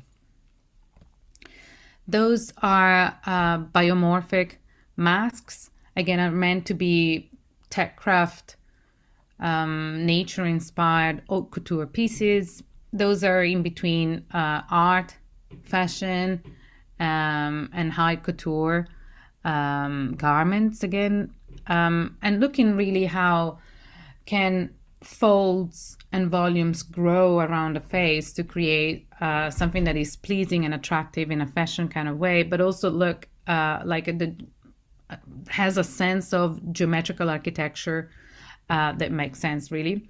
And again, for this in particular, I really wanted this kind of yarn, physical sensuality to the piece, so you feel like it's real knitted yarn. Could be wool, could be cotton yarn. And then on the right, you have some fine plexiglass kind of add-ons elements.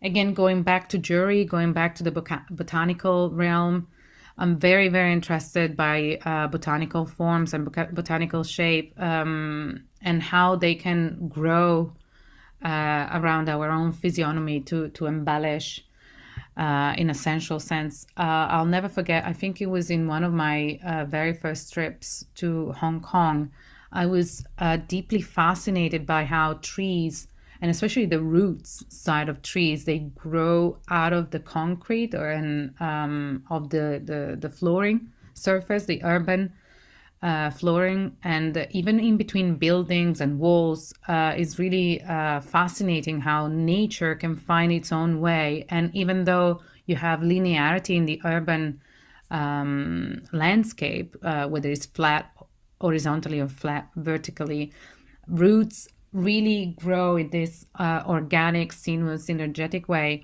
And that for me is very fascinating. Obviously, the human body is not linear and it's not flat, but still, it's something that is highly familiar in its geometry in our brain, in our memories, in our mind. So how can design morph itself around it in a natural, inspired sense to create this extra layering of beauty in a way? So on the left, you see this hand jewelry piece. I'm deeply interested in jewelry that are unexpected in terms of location and find their way around parts of the body that are not necessarily embellished. Obviously, we have rings on a hand, but how can one creative explore more and further outside of the conventional rings? So the fingers, the upper side of the fingers growing into the wrist, and then growing into leaves, and those are meant to be craft tech pieces, fully made by hand with diamonds. But again, it was generated by machine and prompting, which I find very interesting. While on the right, you see this corset that is meant to be knitted. Again, this is a silk cotton yarn, and this idea of body shape coming out of nature and referencing natural growth. Exploring again the botanical, these are also inedit and unpublished. I'm due to share those soon in relation to Design Week, the upcoming Design Week in Milan next year, but also the Dubai one in November.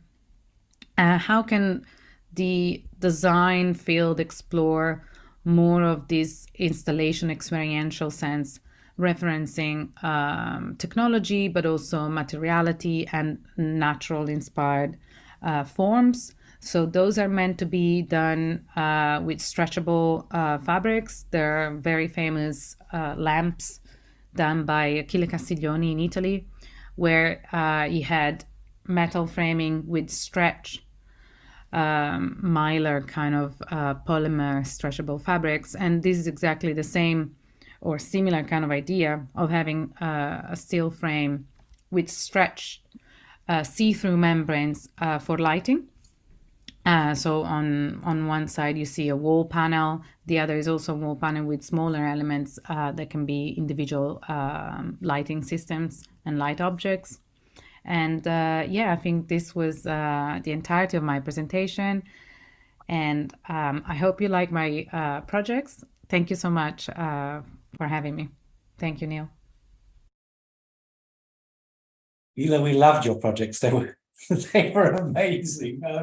Really ravishing. We've seen some ravishing work today, and this is really right at the top there. Fabulous work that you've produced. We have one more presentation with Hera. Hera, are you ready to share your screen? If you want to share, hi. If you want to share sound, please click on the bottom left when you share your screen. Okay. There's a little box there. Okay. All right. Well, welcome anyway. Yes. So can you see my screen? Oh. Yes, fantastic. Yeah. Okay. So hello everyone. I'm Hera Kim from Tinker Tailor Studio. You guys might know me from my Instagram account, Tinker Tailor Arts. So I'm based in Seoul, Korea. So it's after midnight right now, so I'm a bit tired. So it's gonna be not that long here. So I studied engineering in university in Seoul. So after graduation, I went to Italy to study interior design. And okay. So I have been a florist for like 20 years since my mom is a florist meister. So my mom is also a wedding director. So I used to go to a wedding venue when I was a small kid. So that time, I got all the inspiration about the wedding. So these are the work that I used to do with my mom. And okay. So this year, I started to using AI design because I really hated rendering anymore. So I tried AI design and it was really good result. So this project, the picture left side is with AI, and I suggested my client to do this project, and the picture on the right side, there was we are doing in the wedding place executive. Okay.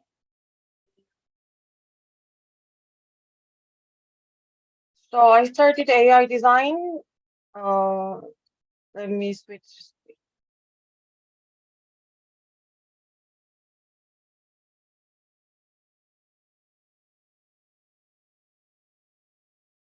So these are the, I'm sorry.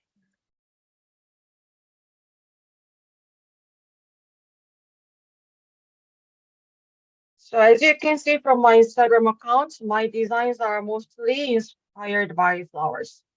The most popular design from my work is this flower facade. When I make prompts, I put everything that I like. So as you can see, my favorite brand is obviously Gucci. So I tried lots of different brands name, and my result was really good with Gucci. So after I created the facade, I thought maybe I can draw a dress with the same prompts. So these were the dress that I used the same prompts with the flower facade. And I was really satisfied with the result, and it was really good. So here, mostly I draw wedding design or room with the flowers. Yeah, something like this. And also dreamy wedding scenes like wedding under the sea or wedding in a frozen city, which is impossible in real life. And this one is the most well-known work from Tinker Tailor Art. So this is a wedding flower stand. So now I'm working with some clients to execute these products for wedding. This is a recent project that I collaborated with a wedding magazine. This magazine wanted to do something with AI, but also realistic at the same time. So if I don't say it is made with AI, people don't recognize it's not a real picture. So these are also the installation arts that I'm doing. And this is another installation art in my Instagram account. Okay, so these days I'm working with many kinds of brands in different fields. So this is the work that I have done with the cosmetic companies. So image was made with the Midjourney, and after that, to make a video, I used another AI. So this is entirely made with the AI. And client really liked it, and it was really easy to make also.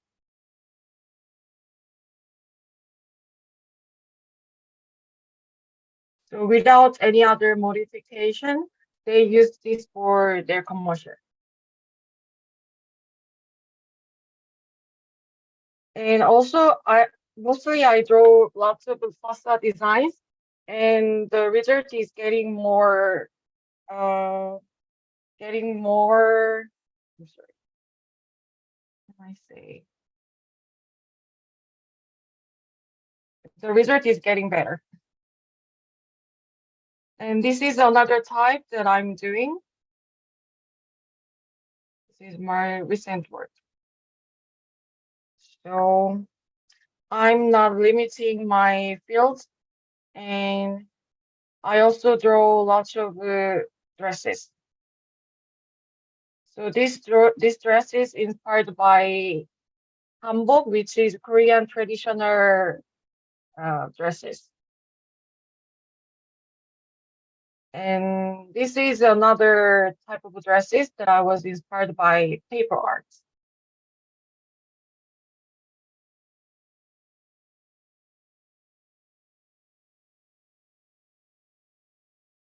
I'm not familiar with Zoom, so I'm sorry that I couldn't prepare better.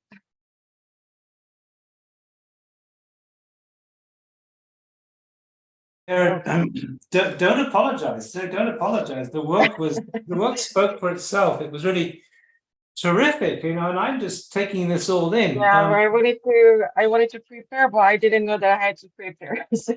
Oh, I see. No. I'm really sorry. It was perfect. No, it was perfect, and really, well, the interesting part was the motivations behind it, and I guess that I like the bridegroom series where they're wearing these veils. I thought that was hugely imaginative. I think what we're seeing here, maybe we could all just open up our videos so we can have a short chat here. We're seeing history in the making. Perhaps I could invite you all to put your videos on. We're seeing history in the making. We're seeing history in the making at the kind of broader level, in the sense, what's happening in terms of these large language models, the kind of the extraordinary sort of world we're entering, where AI is seemingly almost thinking, or maybe it is thinking, if we believe Jeffrey Hinton, we're into something completely new, a new terrain. Whether we call that an existential threat or not, I don't know, but that's a new terrain. But in the world of practice, of visual design itself, let's say, there is clearly, there are two strands we picked up on today. An emerging form of literal practice, the kind of stuff that Leon is doing, that is a kind of another form of architecture. Maybe when certainly those of us come from an architectural background, we need to redefine what we mean by architecture itself. There is a new potentiality there in terms of practice, and clearly in terms of education, as Carl was pointing out, there are absolutely fascinating new avenues that need to be addressed. And one of the things I put in our group Digital Futures chat after your presentation, Carl, is we need a session of AI and education. Absolutely.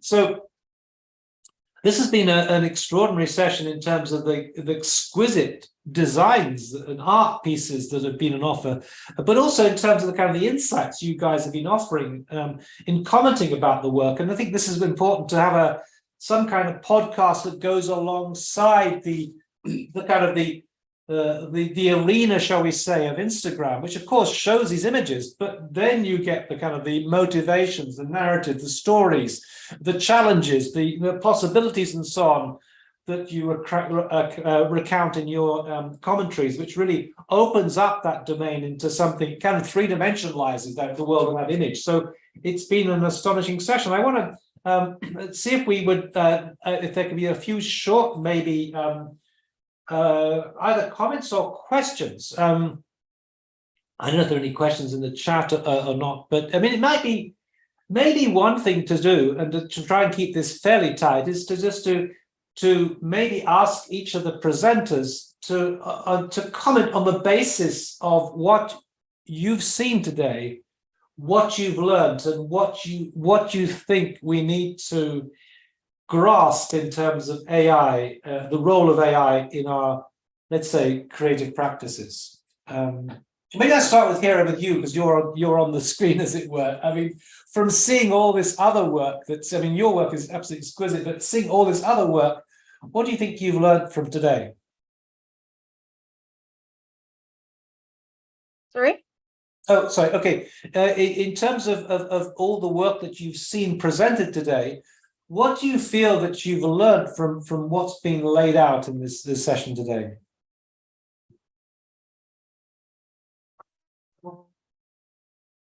I'm sorry, really, I wasn't ready. Oh, I see. Okay, okay. Let's maybe I can ask someone else first, but I don't know whether anyone wants to jump in. I mean, Lev, I think maybe you're a kind of an expert in this world, and since you were working on AI for years, you've been one of the pioneers in what you were doing in San Diego and so on. What has surprised you about how this domain is opening up that you hadn't anticipated or wouldn't have anticipated a while back? I don't know if Lev's there. I think, you know, what surprised me today, I think, is that like we're having very different people working in different fields of design, but there is lots of aesthetic commonality between most of the work I have seen, right? It's kind of smooth. It's kind of this techno optimism, right? Whatever smooth but not very complex surfaces, kind of symmetrical things. And I was thinking how for decades our imagination of the future was defined by kind of two films. One was Star Wars, 1977, also very optimistic, but this you know, almost right, like this kind of fantasy video games, right? A bit like medieval with all this new age kind of shamanism, and but also this very kind of somewhat simplistic kind of clothes, right, designs, and then this very textured, atmospheric kind of dystopian Blade Runner, right? So Blade Runner still exists in the world of video games, but I think this is not a comment on anybody in particular today. It's almost like I feel that this Star Wars has become this like AI, Zaha Hadid, kind of Disney meets, you know, sort of AI, this happy, symmetrical, kind of transparent. And this doesn't seem to have anything to do with what designers are doing today. Like, for example, I'm sitting in this, you know, Moxie Hotel, which is basically a modernist box. And there is no shapes, right? There is none of this design stuff. So today, what I see is a box, but a very interesting complex semiotics, which is through the text, through the textures, through the lights. It's a very different design language. And sorry if I'm being a bit like pessimist, but that's what happens if you get a Russian on a panel.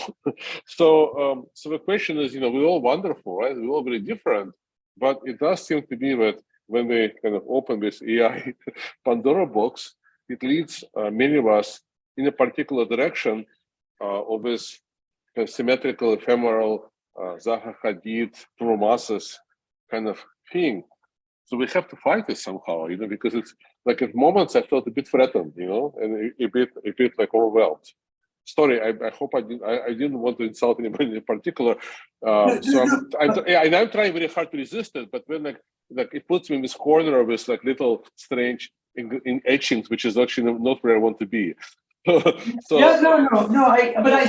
anyway, so sorry for being honest, but I think I'm a bit terrified. You know, I think that for sure there are certain affordances, shall we say, in the tool itself, but will take you down a certain rabbit hole because it can do certain things and not others. But I think the person we should ask here is Leon, because he obviously comes out of the Zaha studio, but also he does have intricacy and a kind of Star Wars aesthetic, plus a kind of strange dystopian edge to his work. I don't know. At least that's the way I read it. Leon, would you like to comment on Lev's provocation? Well, first of all, we are not designing for real world. That's the first thing I wanted to say. Oh, okay, good point. Okay. Yeah, we are designing for the virtual world, and this is something fundamentally different when you design for real world. So it's basically virtual world has no such things like gravity, for example. Virtual world doesn't have such things like budget of construction materials and logistics of bringing them to the site. Right. You know. Right.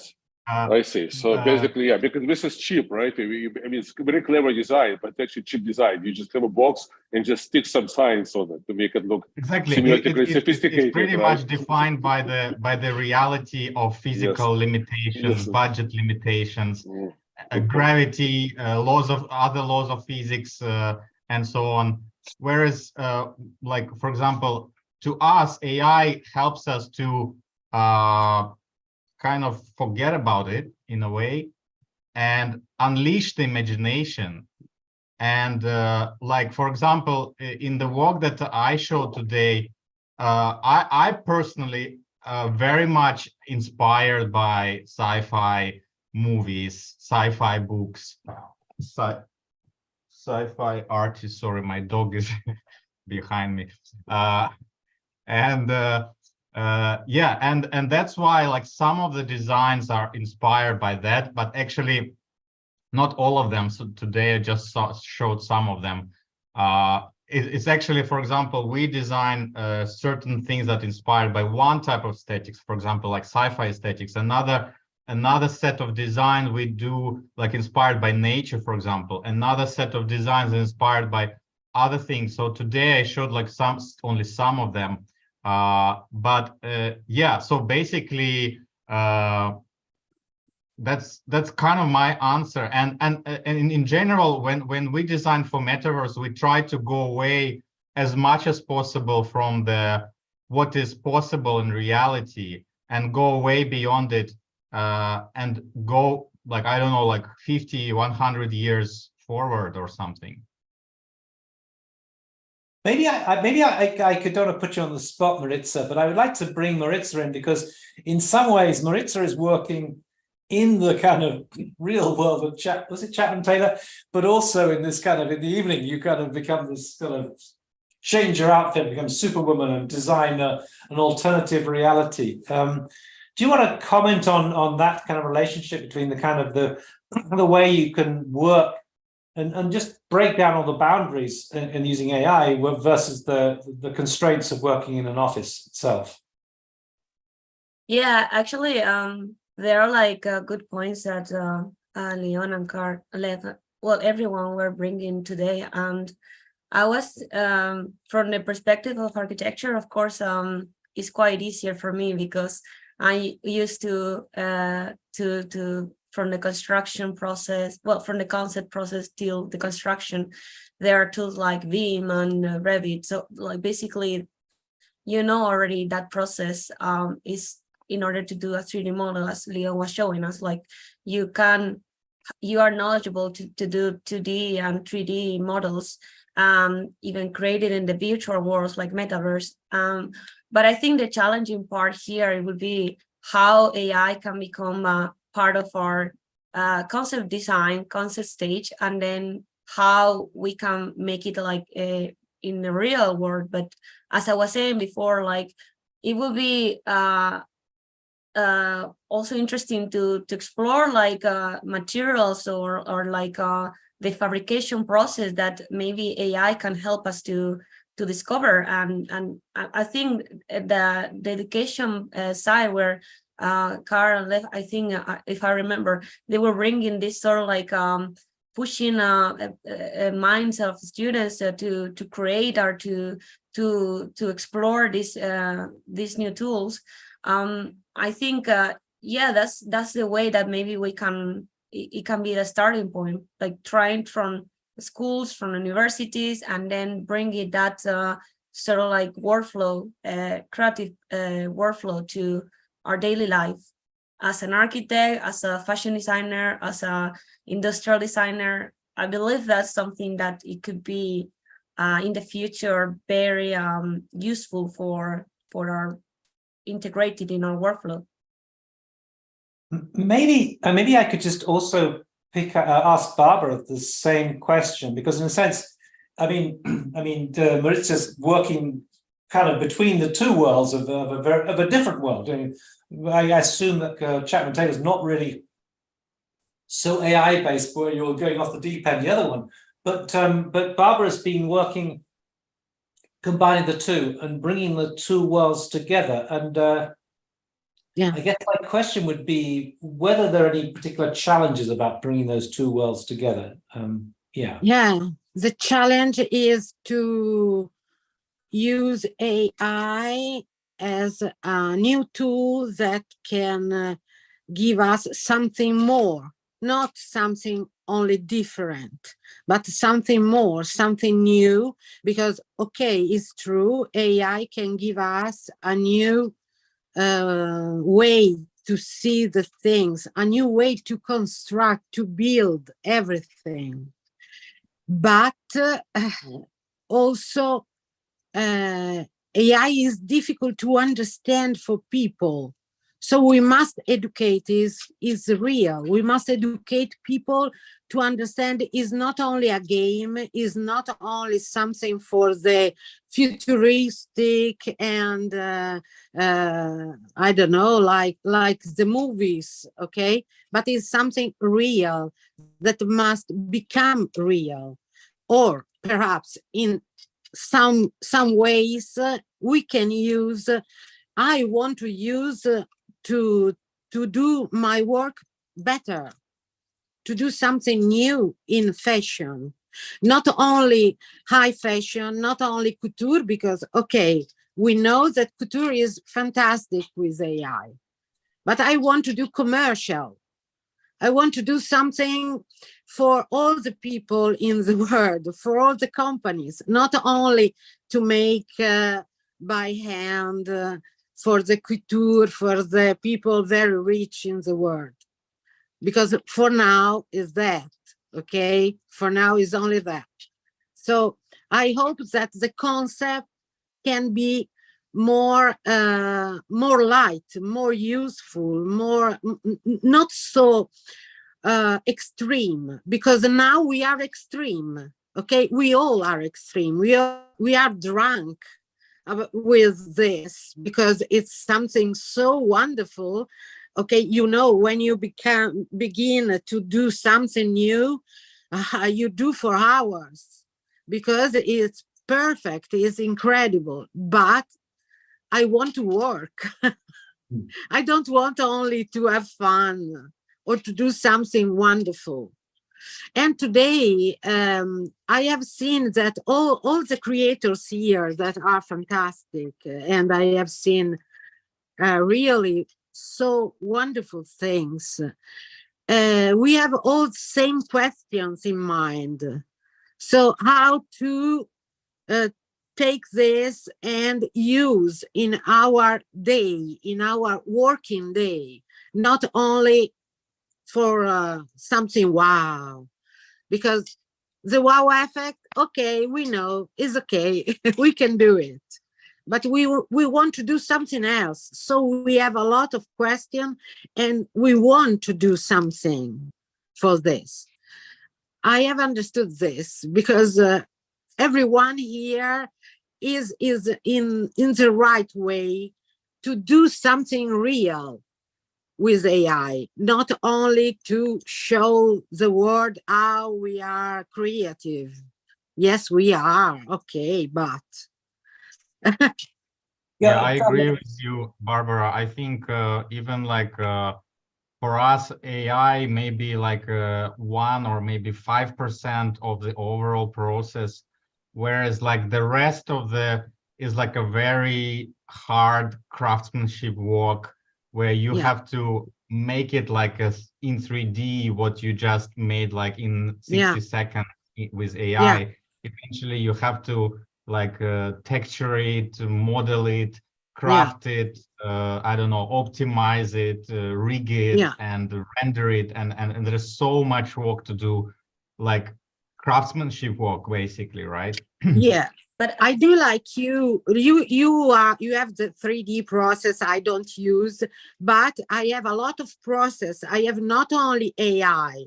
I begin with AI, then I go in Photoshop, then I go in another program, then I change things, because if not, is only something very beautiful, but not correct. So I have to correct the things, and I have to think about what I am doing and what I want to transmit to people, because I want to transmit a concept. And I think this is very hard in AI, because people do a lot of things really beautiful, but with no sense. So maybe I could just bring in, I want to bring in Carl here just to ask him this kind of question, because I think Carl and Sara, of course, based in Detroit, the city with the most robotic arms in the world. Maybe I'm wrong there, but certainly a manufacturing city. And it seems to me that there's a bit of a challenge in some senses, because I mean, already we discovered at SciArc, for example, a school that is obviously very much into the kind of domain of image generation and certainly of AI, that the robots in the robot house got left behind because they took too long to program, too long to work with. We have this instantaneous sort of process now that's coming out. And just one sort of other comment that's come up in terms of kind of is that the robotic arm is expensive to install. AI is almost free. Is this a threat to the fabrication robotic arm part of the curriculum in schools of architecture? It's a great question. Sarah's certainly done some work. We've seen some acceleration with that, I guess I'd say. ChatGPT being able to give you some Python scripting, and Sarah's taken in her fabrication class, having the students generate some code quickly with ChatGPT and then bring that to the robot. And so that accelerates it. But I think you're absolutely right, Neil. One of the things that I would maybe pick up or try and connect with some of these, I think Barbara's point about almost conflicting things, right? You talk about a democratization in some point about design and creativity starting to find more people. I also see from the conversation today the argument or the need for disciplinarity. And we have this discussion within the college where we do some things that are multidisciplinary. But I think when these tools start to find, was like, and watching Neil on Instagram, it's like, oh, here's a car. Like, I'm a car designer now. Well, maybe not, right? Because there's other things that come with that. And so as an architect, I think we've often joked, like, with clients coming to us with Pinterest things, how soon will clients be coming to us with, here's an AI generated image of the house that I want, right? Or the space that I want, or these types of things. And so there's a push-pull that occurs maybe between the democratization, the kind of drunkenness that you talk about, the excitement of all of these things, which is great for creativity, but also in the way that Leon's talking about it in terms of, like, there is still the craft that needs to come to take this thing into reality. But I've also been seeing a trend lately, which is alternate realities of things. And I think that and even education oscillates between this idea about how do we take something to market, all of the structures and systems that are in place. And I think there's also almost this ability to kind of jump out of that for a second. I think we saw this maybe during the pandemic, right? Starting to question social structures that exist.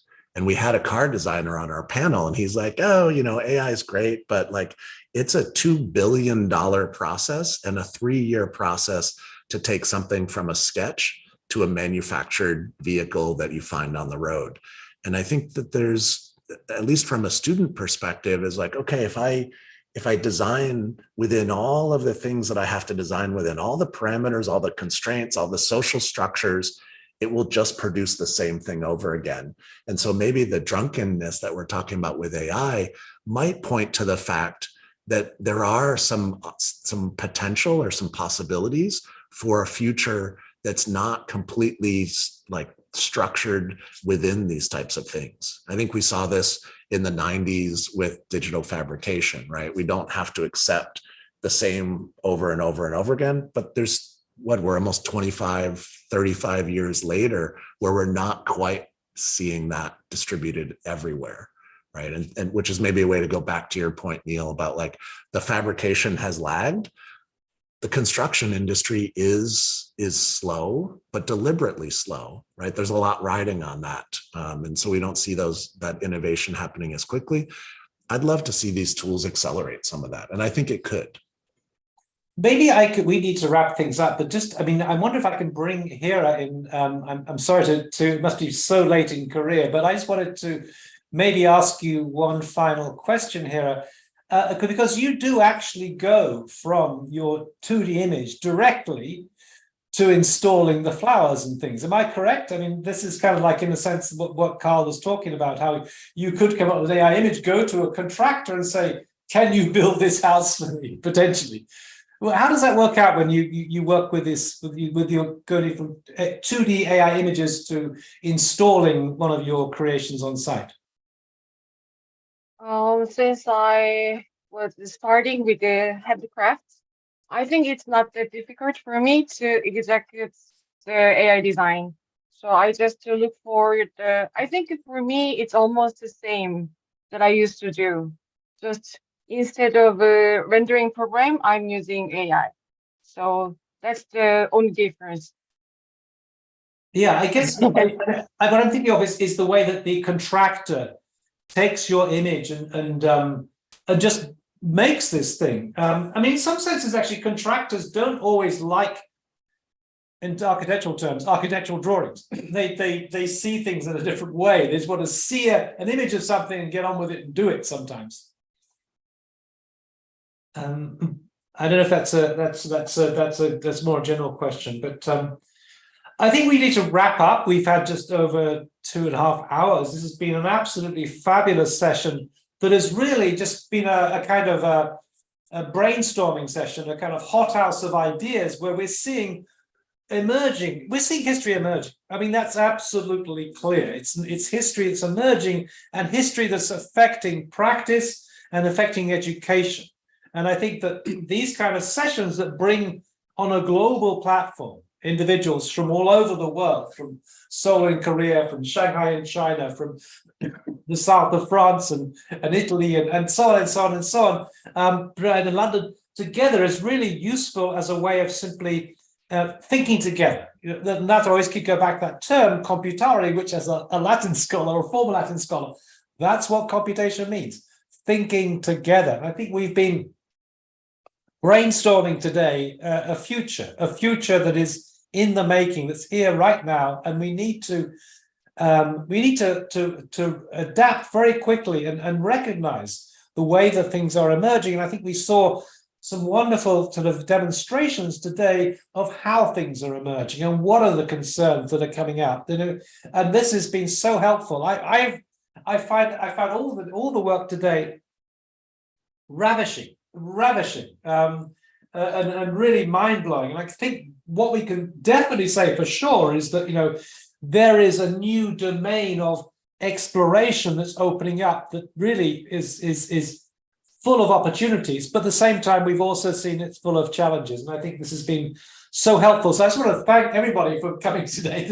I almost feel like the last time we did a series on AI, we said, we've got to repeat this in 6 months. I almost feel that we need to do with this particular session, we've got to repeat it in 6 months. I think even before that, what Carl was throwing out, we thought, I was just texting, we need to do a session on AI in education. We absolutely have to, you know.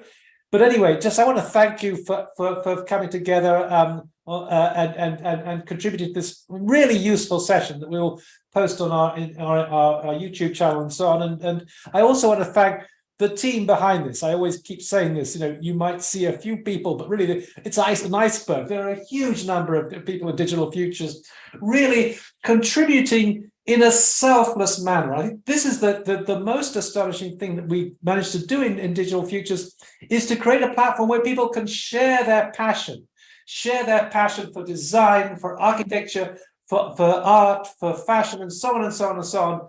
And do it in a way that kind of opens it up to the entire global community, to share it with the disadvantaged. And we have followers all over the world. So thank you to the contributors. Absolutely amazing.